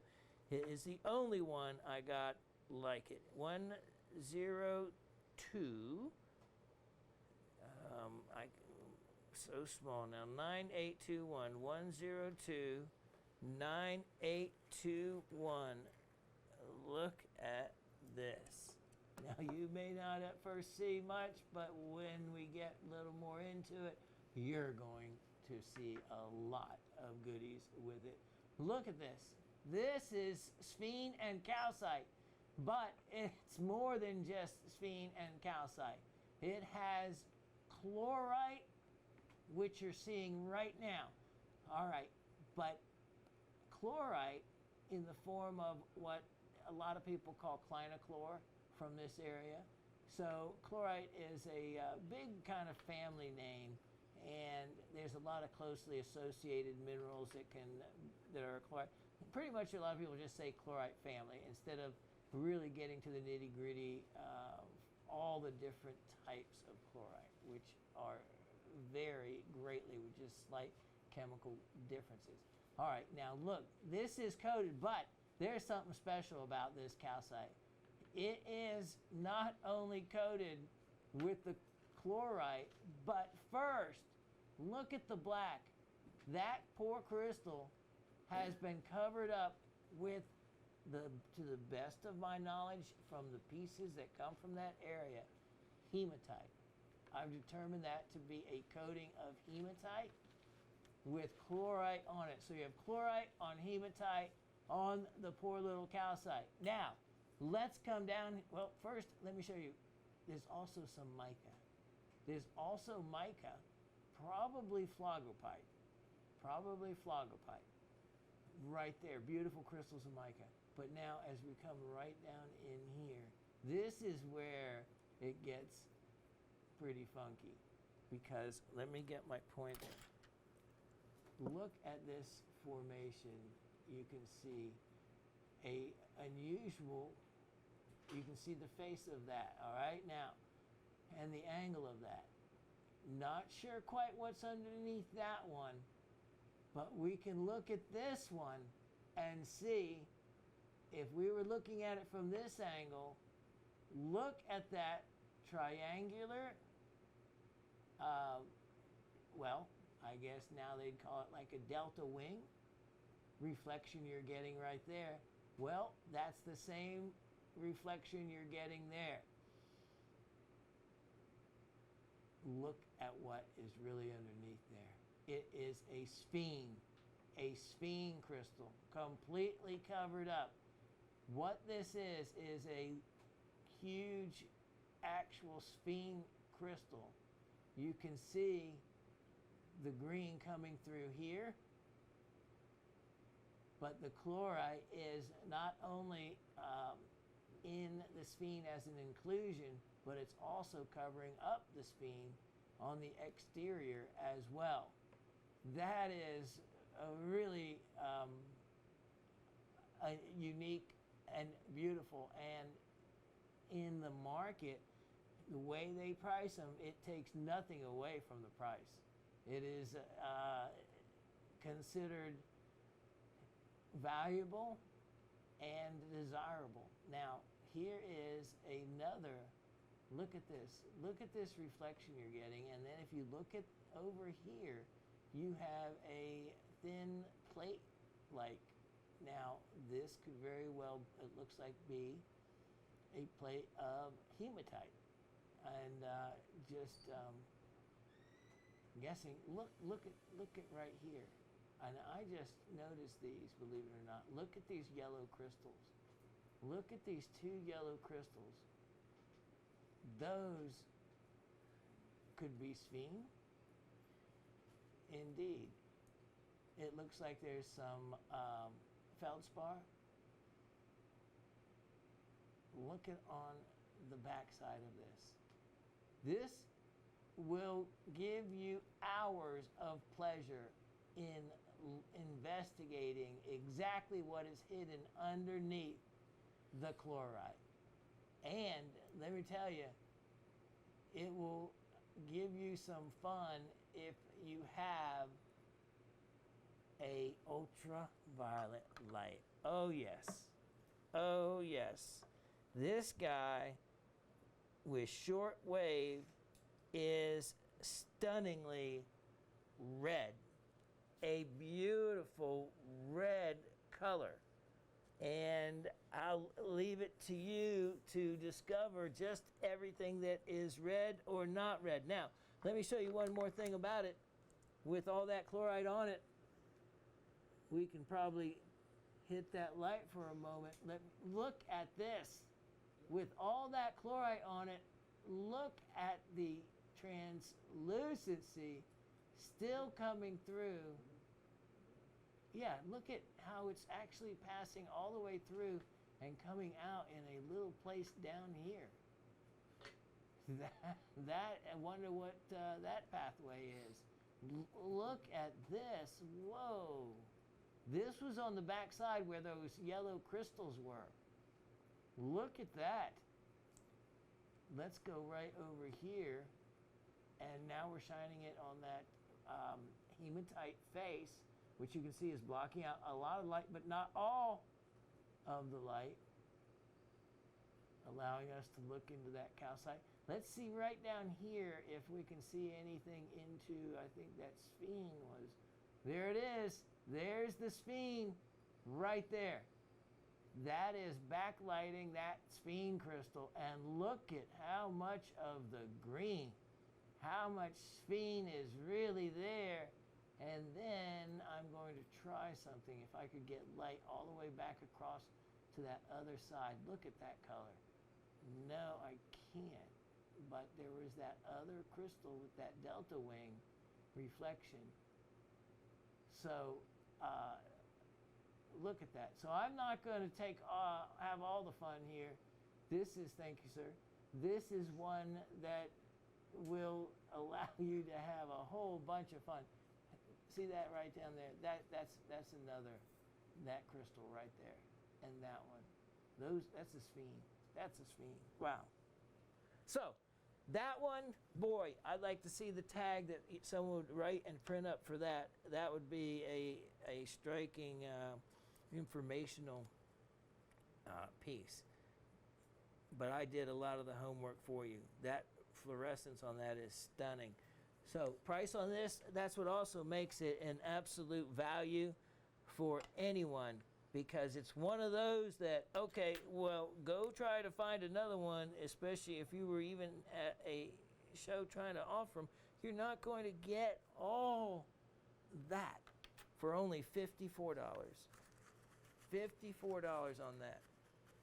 All right, let me tuck that away while I have something a little bigger we're going to bring out. We'll be right back. You haven't seen this, have you? No, you have not. Now, this is big. Look at this. This is big. And this is in a form you seldom ever see. This is what I call the geode form. And look, let me show you. It's solid. Who would ever really think looking at this? Now, remember, this was actually dug, I say dug, but my friend John, who has since passed away, he had grandfathered leases, so to speak, or rights that you have to specially get. No one can just go to the Withlacoochee River, go down in a specialized, it's kind of like a specialized pontoon boat.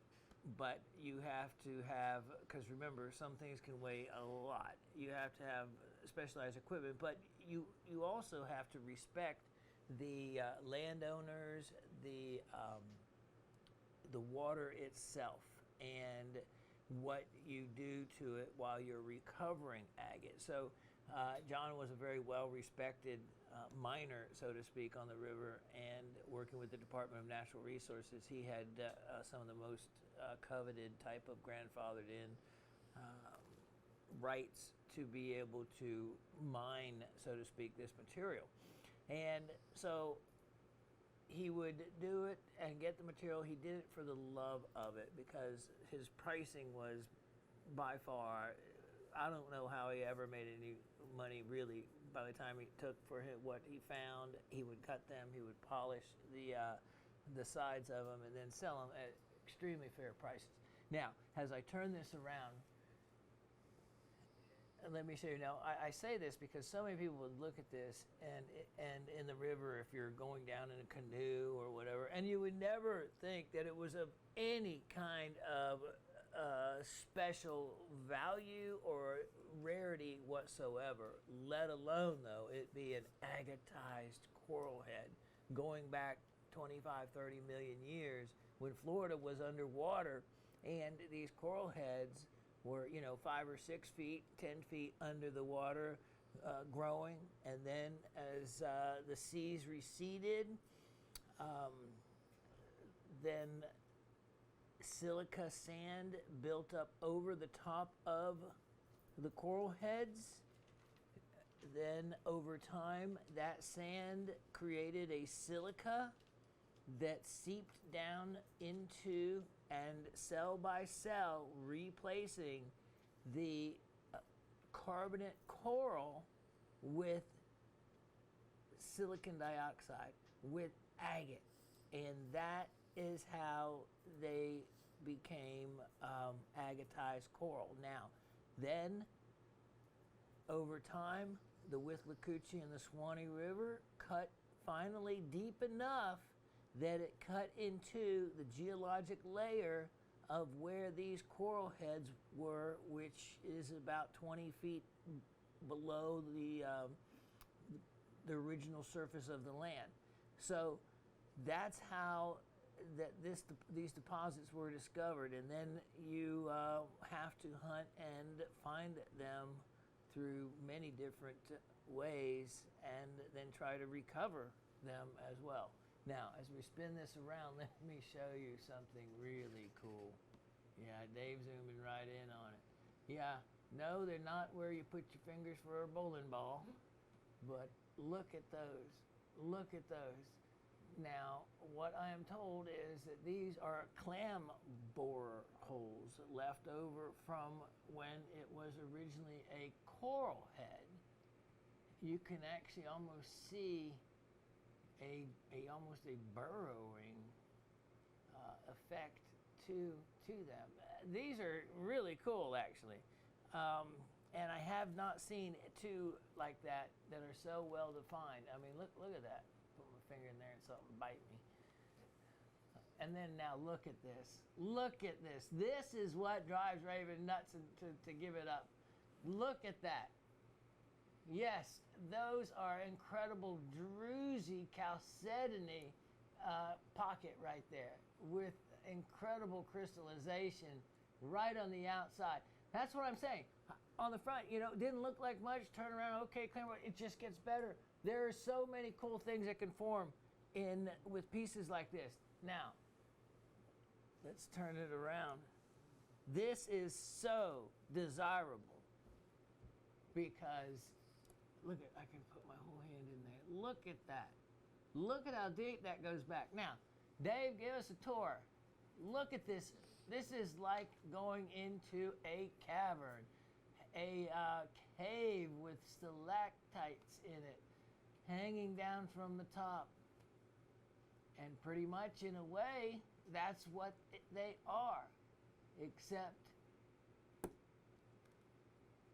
instead of being a calcium carbonate, they're more of a silicate, of an agate. Look at that. Look at that. I mean, I almost expect bats to be flying out of there.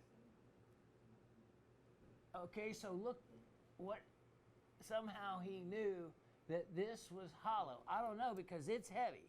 It's heavy. I don't know if I know from the weight that it would be hollow. But John, of course, you do it for a living, you know. You just know. So you can see this outer polished face that was even done. Now, take us right into the bottom down there. And look at that. Look at the way all that has formed. That is just the coolest. Now, we only have one other of these. It's over 100 pounds. It actually is outside. No one would have any idea what it is. It's of extreme value. And I mentioned to Raven all the time. I said, if people really know what we had in the rock garden, and but it's just too big to sell or to deal with and bring in. It is absolutely stunning. But this you could put in an aquarium if you wanted to, and it absolutely could be totally cleaned up afterwards. Salt or fresh water, it wouldn't matter. Or, of course, it just makes a stunning specimen the way it is. This is truly going to be one of a kind. It's only $248, and it's one of those, again, that you would say, okay, well, try to find another one. You're just not going to.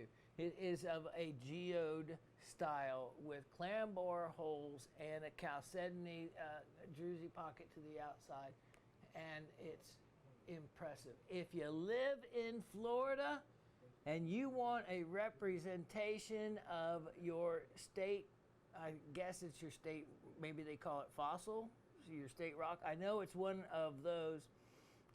Or if you just want, remember, Florida doesn't have that many rocks or minerals that it can give up as a specimen. You've got some phosphates, but not too much impressive from there. So if you're looking for something that Florida it would be best known for, it is in the agatized coral realm. And so when you look at the specimens, yeah, they're stunning smaller specimens. So, but for the rarity, it's the size.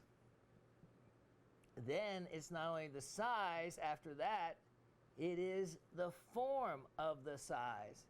And of all the ones I've seen, a geode style like that is just nothing like this I've seen. There's just so few available. I know of this one and one other, and it's 100 pounds, and is in my yard with weeds going all around it. That is a stunning piece. And of course, something like this, what does the raven do? She puts little critters, other little carvings back in there, and or lights it and does all kinds of neat fun things with it. Only $248. That is an extremely excellent value because, again, it's one of those items that there's just nothing being offered like it. Nothing. Now, next, this is a doozy. This is 102 1121. 102 1121. And this will make you go, wow. Let me clean off the... This is a stunning... wow, I don't know. Okay, so what they do is they take an actual crystal and they follow the lines of the crystal and they polish it. And they polish it. And this is one of those that is a benefit to have. Look at the irises. Look at those irises. There is zillions of them. Zillion. Is that a number? If it is, it would be, it would match the number of little rainbow reflections in this piece. You know, a perfectly clear piece of quartz is something that isn't very special. Washington Monument, obelisk. It is the inclusions in quartz that give it its pizzazz, its reflections, its anhydros, its rainbows. Everything cool about quartz has to do with it having inclusions in it. Can we go right up here? I want to look at something. And the fun you can have and the discoveries you can make, I was looking at that going in a different direction, are remarkable. And it's just by taking the time to look into it. This is something that they used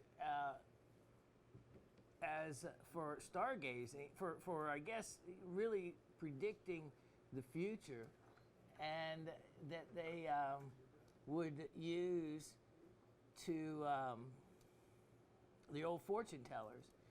And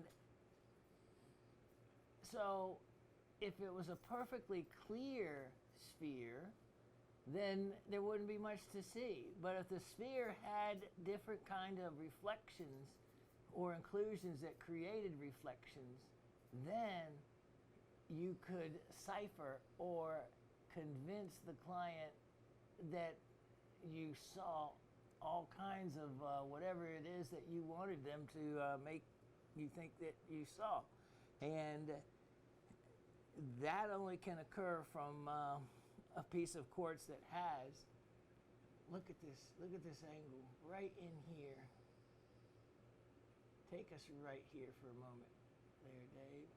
This is look at this stunning, there we go, look at that stunning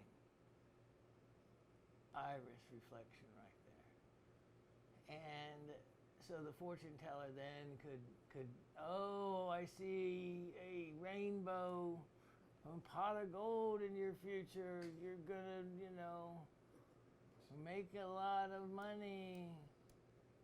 You know, convince anybody of anything if you have something to start with. But if your ball of fake quartz that you had made from glass only has bubbles in it, then you know you could determine that, oh, you're gonna drown, and you know you know, whatever you want to make it out to be.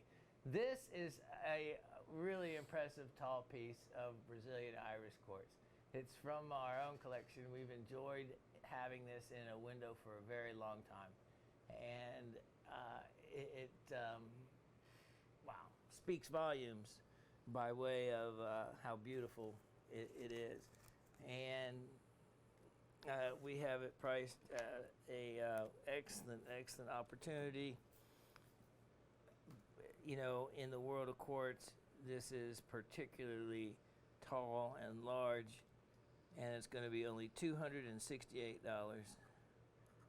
$268 on that one. A real beauty. Just as this next rarity is 1023421. Look at this. Look at this. We go from marble. That's what this is. We went from quartz to marble. Now, this is a really special type of marble. It's crystallized marble. Thank you, sir. And you can see what I mean by crystallized. This marble, which is metamorphosed limestone, under heat and pressure, it recrystallizes. And in the process of it doing so, it can pick up other mineralization, and you can wind up with other items embedded in it. This is a rare specimen. Phlogopite mica you have. Then you have, of course, the pargasites. The pargasites. And their pargasite, of any pargasite that is even like close to an inch, is a rare size crystal. Pargasite is a has sodium, calcium, magnesium, and aluminum in it, and it was has a hardness of 5 to 6, and it was named in 1814 for the Pargas Valley in Finland, where its type for what they call type formation was discovered. This, with that really fine white marble, makes for a really attractive specimen by way of contrast. And there is also, I'm thinking, let me look at one little thing here. I want to see this. Take me right there, Dave, if you could. That little crystal right there. Yep, that's the one. That's the one. Great job there, Dave. Oh, wow, look at that. Is that a spinel? It does look like a spinel. Yeah, look at that. It's a bipyramidal spinel. Wow. Spinels are found with, in Luc Yen in Vietnam, chemically. And wow, you can see that this is a bipyramidal crystal. And so it could be really nothing else. The color is exquisite. Look at that. And see, when I come over to the dark, it gives you actually, you can see that crystal line right across the middle. And then this way you get to see the color. So that's where backfield illumination and direct illumination, the differences. Look at that color. If that was big, look at that. Wasn't that fascinating? Wow. Now, the reality, of course, of the size is really small, but that is great, great camera work there, Dave. That's amazing. That's great camera work. Wow. I don't even want to leave that shot. That is such a pretty, pretty look. And I'm thinking, look at that. Wow. To add spinel to the mineral list of this piece it makes for a real prize for someone, because I can't change the price now. Look at that. So you can actually see the actual size. But that really shows you, it makes me want to look at all these others. There's other ones. There's other ones. Let me just confirm on this one, which was right here. Was it this one? And you can see there we have the pointed piece. Okay, so, all right, yep, price on this. Price on this beauty, only, wow, $78. $78. Should be a lot more. Look at, you have pargosites on the bottom. There's a really nice one, and additional phlogopite scattered about.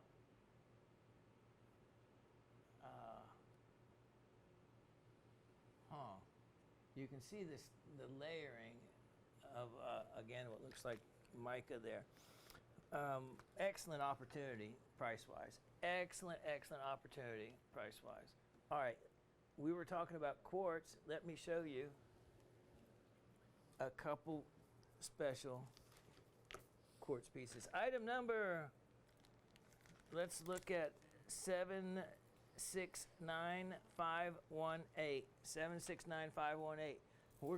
Went from that beautiful quartz obelisk to the pargosite, back to two quartz spheres. These are going as a pair, so to speak, and again, a quartz sphere without an inclusion makes for a boring sphere. A sphere with inclusions can make for a stunning sphere that can really reflect some striking irises, and it's all about catching the light at the right angle. Look at these. And so much, the number one inclusion, look at that, in quartz, out of all the different inclusions, the number one inclusion in quartz is water. And it is often water vapor that is squeezed in between the quartz like that, that will allow that diffraction of light, giving you, look at this, giving you these amazing, amazing formations. And looking at this like that is just mesmerizing. You can see why fortune tellers could really talk you into seeing anything. And here is the other one. These both have stands, and they have very cool optical properties when you look through them and look at the world through them. Look at that iris. Look at that. Absolutely gorgeous. Okay, I could sit there and play all day, which is basically what I'm doing. Here we go. How about both of those? Both of those for only $32. They're 1.6 inches in diameter, only $32 for the two of them. You get the little stands to go with. $32. Okay, let's see what kind of time. We've got a little time left with you. Let me show you a real ooh la la. This is item number 1015321. Wow. Now, we showed you rhodochrosite earlier from the Sweet Home mine. Of course, world famous, some of the finest rhodochrosite in the world. But there's rhodochrosite found other places. And look at this. Look at this rhodochrosite. This is Peruvian rhodochrosite. look at this. With chalcopyrite, you can't miss that. Look at the chalcopyrites. You have quartz, which you can see these quartz crystals everywhere, especially when I turn it at this angle. And then you have sphalerites. Sphalerites, a zinc sulfide as well. Look at those quartz crystals. This piece is a world-class specimen from the area that it comes from, the Pachapaquí district. Look at that. And I love how evenly distributed the chalcopyrite is, mixed in with the rhodochrosite and the quartz. Now, I was looking for it and wondered where it was. Let's go to right here first. Let me see right here. I am looking for the sphalerite, so let's see if we can find it. I don't see it right off, but there's something funny about some of these quartz. I think there's some phantoms in some of the quartz. And that is suspect right down there for one of the sphalerites, but let's look right over here. There we go. There it is. There it is, hidden right there. That is, look at that. Now you can see it. And beautiful, beautiful sphalerite crystal. What a specimen. That is cabinet quality size. You have an incredible sprinkling of chalcopyrites across the back. This is a striking and very reflective, bright, lively piece. Stands up on its own and truly, truly world class indeed. And I'm going to make this an excellent value for someone at only $148. $148. There's the quartz over sphalerite. Let's take you in one more time on this, because that's why we're saying something funky about the quartz. And as I look at this and see some of these darker areas through the quartz. Yeah, this is sitting on, and I just was looking at my notes. This is pretty much sitting on a bed of the sphalerite. And when you look closer, let me get a pointer at some of these areas. Let me find where I was. And look all the way down deep into it. You can actually see some really neat crystallization. And then also a darker bed looking back through there of sphalerite in a lot of the areas. That's really cool. That's what makes the love and passion of this hobby so incredible. It's Mother Nature. And there's something also, see this reddish color here? I'm wondering what some of that is all about. Look at that. Pretty cool stuff, indeed. Pretty cool stuff. I could spend well, you can just see how absorbed I can get into items like that. All right, now, let me show you a piece here that if you're not familiar with, you're getting ready to be. Item 101 8121. 101-8121. Now, the other week someone asked me where my emerald pendant had come from. Now, for any of those who noticed that what I'm wearing today, that beautiful purple chalcedony, I should have made it a trivia question. I should actually ask where the purple chalcedony came from, but I won't. But yeah, so I'll let you see it in the closing shot. But this, if you noticed, and we talked about that emerald crystal pendant I was wearing, and talked about the 50 to 60 pound specimen I had from Bahia, Brazil. Well, this is another specimen from Bahia, Brazil. Now, the crystals aren't intermingled as much with the host rock. These crystals are much larger. The other ones were narrower and longer.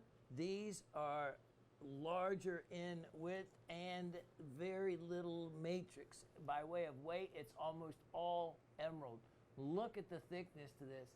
Now, what I have seen the master carvers do is take a specimen like this, and they can carve, intricate designs all in and out throughout the emeralds, and it's really stunning what they wind up with. Look at the end of that crystal. You can see just really, really showing out. Look at that. Look at that stack of them. And you can see I've taken an end cut off of there. I've created a flat bottom. Look at the crystallization. Look at the 6 sides to this. Think about how many slices of emerald you could get if you were playing with it that way, or got up into this range of quality. Look at the back. You can see the biotite mica. Actually, this is probably more of a, it could be a type of hornblende that it's mixed with, actually. Could be in the agarine family, something like that.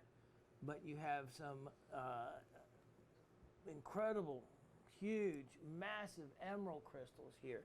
And let me just shine a little light on this for a moment and see what we have. Look at that. Look at how beautiful those emeralds are, and how that color just radiates down into them as I move that around. That is, to get that much depth in translucency is pretty stunning. Pretty beautiful.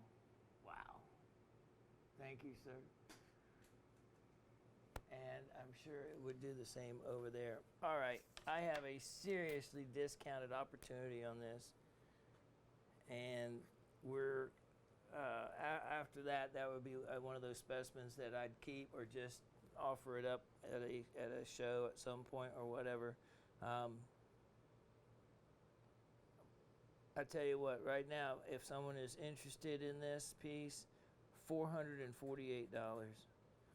$448 on that. That is one of those. That's one of those rare opportunities. It would really be a centerpiece in in anyone's cabinet, and certainly if you were born in the month of May, what a great birthstone crystal cluster that would make. The little shininess on it is a spray coating that I put on that you could take off if you wanted to, but it just kind of gives it that wet look, and also keeps it from getting dusty. It allows it to be wiped down and be cleaned, which is always cool and a benefit to it. Now, so much more to show you, but let's see. Of the time we have left, let's look at 1020021.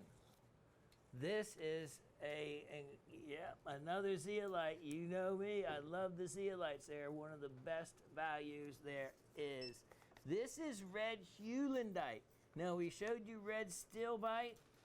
This is red heulandite, and this is again a unusual deposit, and that was discovered.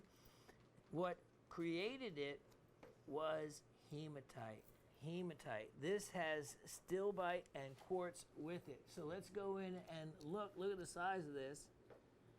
And look at this. So the stilbites are the clear whitish crystals, of course the red heulandite. You can't miss with the hematite inclusion, which has made so many other items that reddish color. Look it down in there. That's cool. That's cool. This all sits on a bed of beautiful druzy quartz. And what a attractive specimen all the way around. All the way around. I mean, that is, I don't know. I am still always impressed every day with what Mother Nature can do. Because remember, we're going to grow our own crystals here, and I'm going to show you. I actually have multiple chemicals and kits and everything to be able to do it with right now. So I'll get my act together here, and we'll start that process so we can learn as we grow, so to speak. And did you get that? Instead of learn as we go, learn as we grow. Okay. Well, if I have to explain my jokes, then they're not a joke, are they? Okay, so think about all the different chemicals that have to come through at different times or at the same time and precipitate out as these different, very complicated minerals. Quartz, easy. SiO2, silicon dioxide. The zeolites, not so easy. But one thing all the zeolites have, what is it? Have we done that as a trivia question yet? Well, I'm not going to answer it because I may ask that yet. All right, price opportunity on this.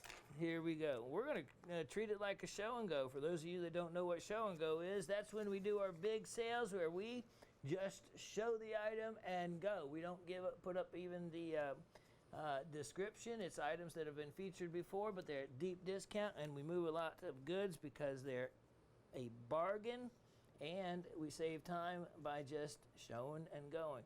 But in lieu of that, I'm going to treat it as if it was and discount this piece to a remarkable opportunity of only $88 for someone. Only $88. No, you got to hunt your own stand. So at those kind of prices, I can't even throw in a stand for you. Oh my.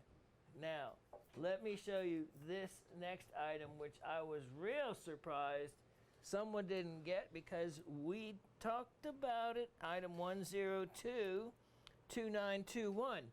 This is the the piece we all talked about, and we talked about the coquina shells and the coquina cement, so to speak. This is Fort Drum, Florida. Fort Drum, very well-known deposits for these huge clams that ended up to become fossilized and then calcified. And so many beautiful calcite crystals.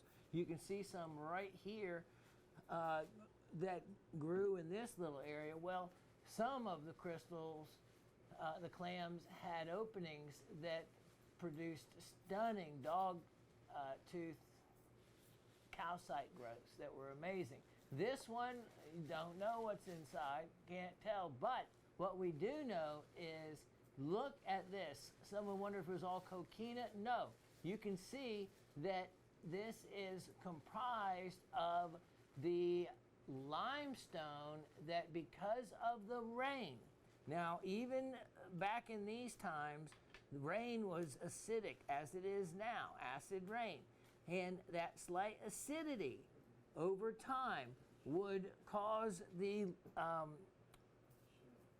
lime from the calcium carbonate from the shells to create its own concrete, to dissolve and form all this and cement it together. Look at these shells. There is so many different types.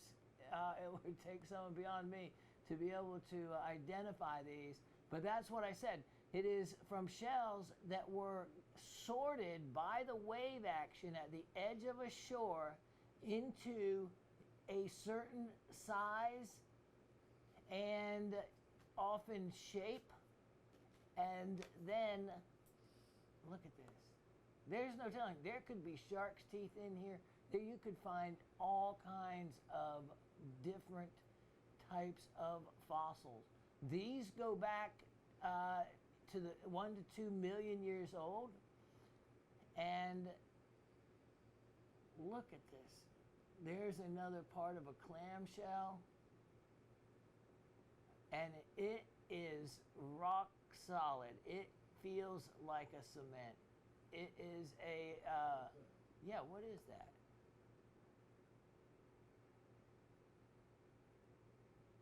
Oil.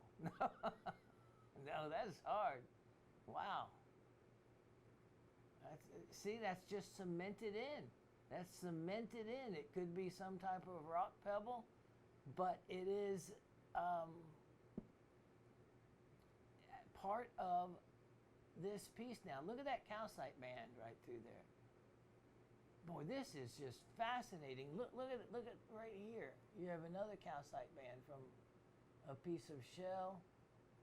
And remember, so everything is dissolving. So you have the shells dissolving, putting themselves together, but that is also forming, oh, look at wait, where's my hand? Back in there, that almost looks like a calcite crystal back in there. See it? Raven, you see that? Ooh. See that back in there? Yeah. That's cool. Yeah. Does it go clear through? I don't know. It looks like a calcite crystal there, though. Look at those little black things, though, that are around like that. You know, it's something like this for the amount of money, the pleasure you could get from just examining it for over all kinds of time. And if you're really, well, I'm not brave, just wanted to take a big gamble, there could be something underneath there. I wouldn't recommend doing anything to it. But on a rainy, lazy day, if you wanted to have a little fun and gamble, you could start back here and see if you couldn't pop up some of that shell and see what lies within. Whoa! All right, so much fun can be had. Can't believe I still have it. Price on this, I am going to discount it then. Let's make it only $54. And that is a big fossil that can offer a lot of fun and a lot of education. All right, we only have time for another 1 or 2 pieces, depending on how much I can get in here. But let me show you. Yes, I always love this next mineral. 101 0221. 101 0221. And this always reminds me of when I was back in an apartment and my son was young and we were bored and in a very busy area of outer Atlanta and off of a road called Jimmy Carter Boulevard, which turns into Holcomb's Bridge. And we were in an apartment, and so I said, let's walk down this hill. And there was a little creek at the bottom of the hill. And so he was 4 years old. We went exploring. And in that creek, in between all these other houses and apartments, I looked into that creek and I discovered 1-inch long kyanite crystals. And it was a gift from the heavens above because I needed a lift like that. I needed to, feel Mother Nature again and prospect, discover. And I sure enough, surrounded by all this activity and people, there were kyanite crystals in that little creek, and I'll never forget. This is a big kyanite crystal right here, a big combination of kyanite. You can see it. Kyanite, unusual, has hardnesses in 2 different directions. It's also a polymorph of, meaning it has the same chemical structure but different crystal system, and it has a couple of polymorphs. I should make that a trivia question, but I won't. One of its polymorphs is sillimanite, and the other polymorph, one of them, it is actually andalusite. So this is a really unique piece. Anyway, I could talk about kind. It just is a great mineral and can be found in local streams. You just have to know what to look for. Price on this guy? Let's do it for how about $24?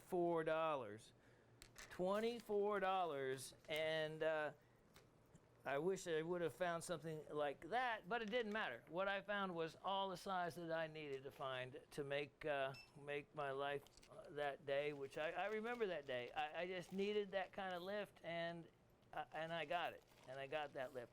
Oh yes, let me show you. This is item number 1010621. It's one of Ribs' and my favorite. She actually collects azurite. She collects several different minerals in particular, but azurite is one of her favorites. She has some stunning azurite crystals. But this is one of her favorites.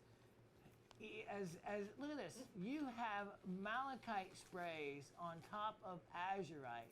And look at the azurite. It looks like a starry night sky. This is a beautiful Moroccan piece. And look at all those wonderful colors. This is actually a hard silica rock back here, kind of like a jasper.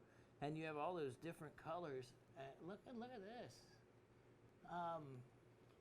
From metal ores, and you can see where the metal would come from. You certainly have copper to start with. Anyway, that's a really wonderful, neat piece. $7. $7. We have something for everyone. We have something for everyone. And to show you one more Moroccan item, item number 998221. A number of years ago, and it wasn't that long ago, this was the big hit out at the big show. Blue barite. It was a new discovery, and it hit the market with prices that were, well, unaffordable, basically. It was a real rarity and found only in this one area, the Sid Lawson mine in the Dador province. Price on this guy, though, I waited. I actually, my Moroccan connection needed money, and always had to really negotiate down with the guy. But finally, I got him at the right time, right kind of price, and I made my purchase. I have a few pieces left. You ought to feel the weight of this. You know, barium being a metal, actually. And this is an excellent opportunity for you. I am dropping the price on this piece to only $48. Go look and see what they're asking for something like that.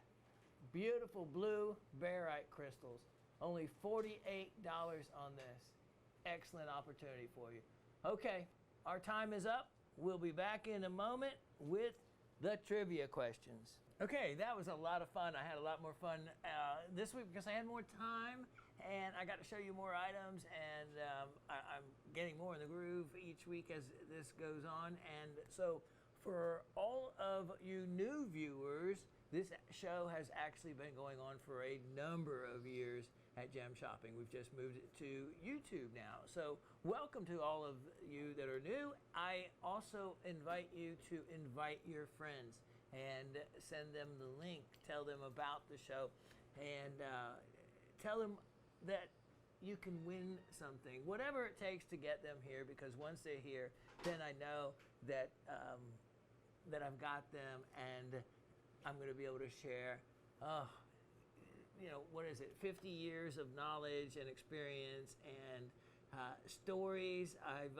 mined in 6 continents, been, you know, all around the world, and most all of it involving minerals and gems. Or if it was like vacation, I have a story to tell you. One time on a cruise ship, we stopped at this little private island that only the cruise ship line could stop at to let everybody out. And on this tiny little island in the Bahamas, I discovered a little entrance to a small passageway down into a little like cave.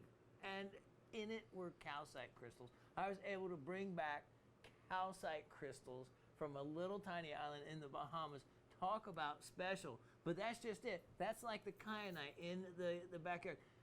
Gems and minerals are there. You just have to look for them. You just have to, as Anthony says, eyes down. They're not up in the skies. I love to look up at the night skies, though. I love astrology. Only recently, it's something I know so little bit about, but I've been so busy studying the earth that we're on.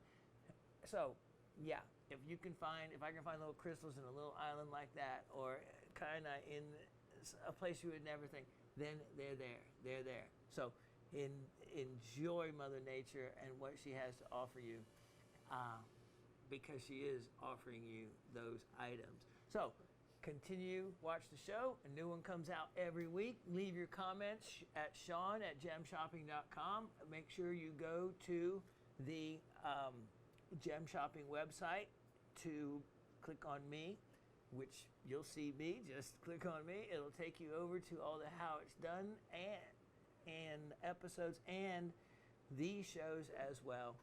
You can leave comments there also. And welcome to all of you.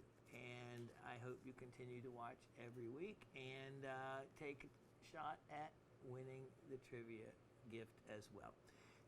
You saw it can be some pretty cool stuff, as you've seen in the last couple weeks. Okay, here are the trivia questions. There's been two. Originally we started with one, but everybody got so smart it was too easy, so we moved it to two questions, and sometimes they're harder than others. Let's see how you do on these. Now, of course, no cheating for those of you that are new, no rewinding.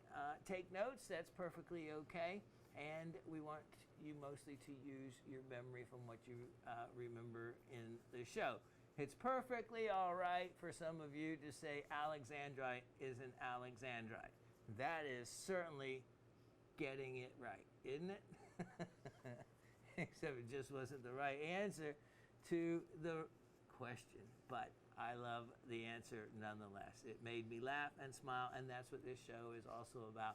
It's about peace, happiness, and as an old hippie, there needs to be more of both of those. Throw in a little love with that as well, and there's nothing more that we need. All right, question number one. What was, and remember, listen to the words carefully, what was the natural force of nature that helped create and bond shells into a concrete limestone mix? I'll repeat that. What was the natural force of nature that helped create and bond shells into a concrete limestone mix 1 to 2 million years ago? All right, that's question number one. Number two. Let me make sure I can read my own writing. In one particular unusual deposit, what made the heulandite red in color? What made the heulandite red in color from that one unusual deposit that was discovered? All right, good luck with that, and I can't wait for all your comments and answers, and I just always can't wait to be able to come back and share my time and my passion with all of you. And I thank so many of you that have been already with me for many, many years, and I welcome all of the new people that will be joining the show and have joined the show to many more years ahead. God bless. Take care. Don't forget to look down. That's where the rocks are. And good luck prospecting, or at least looking for that special mineral treasure that you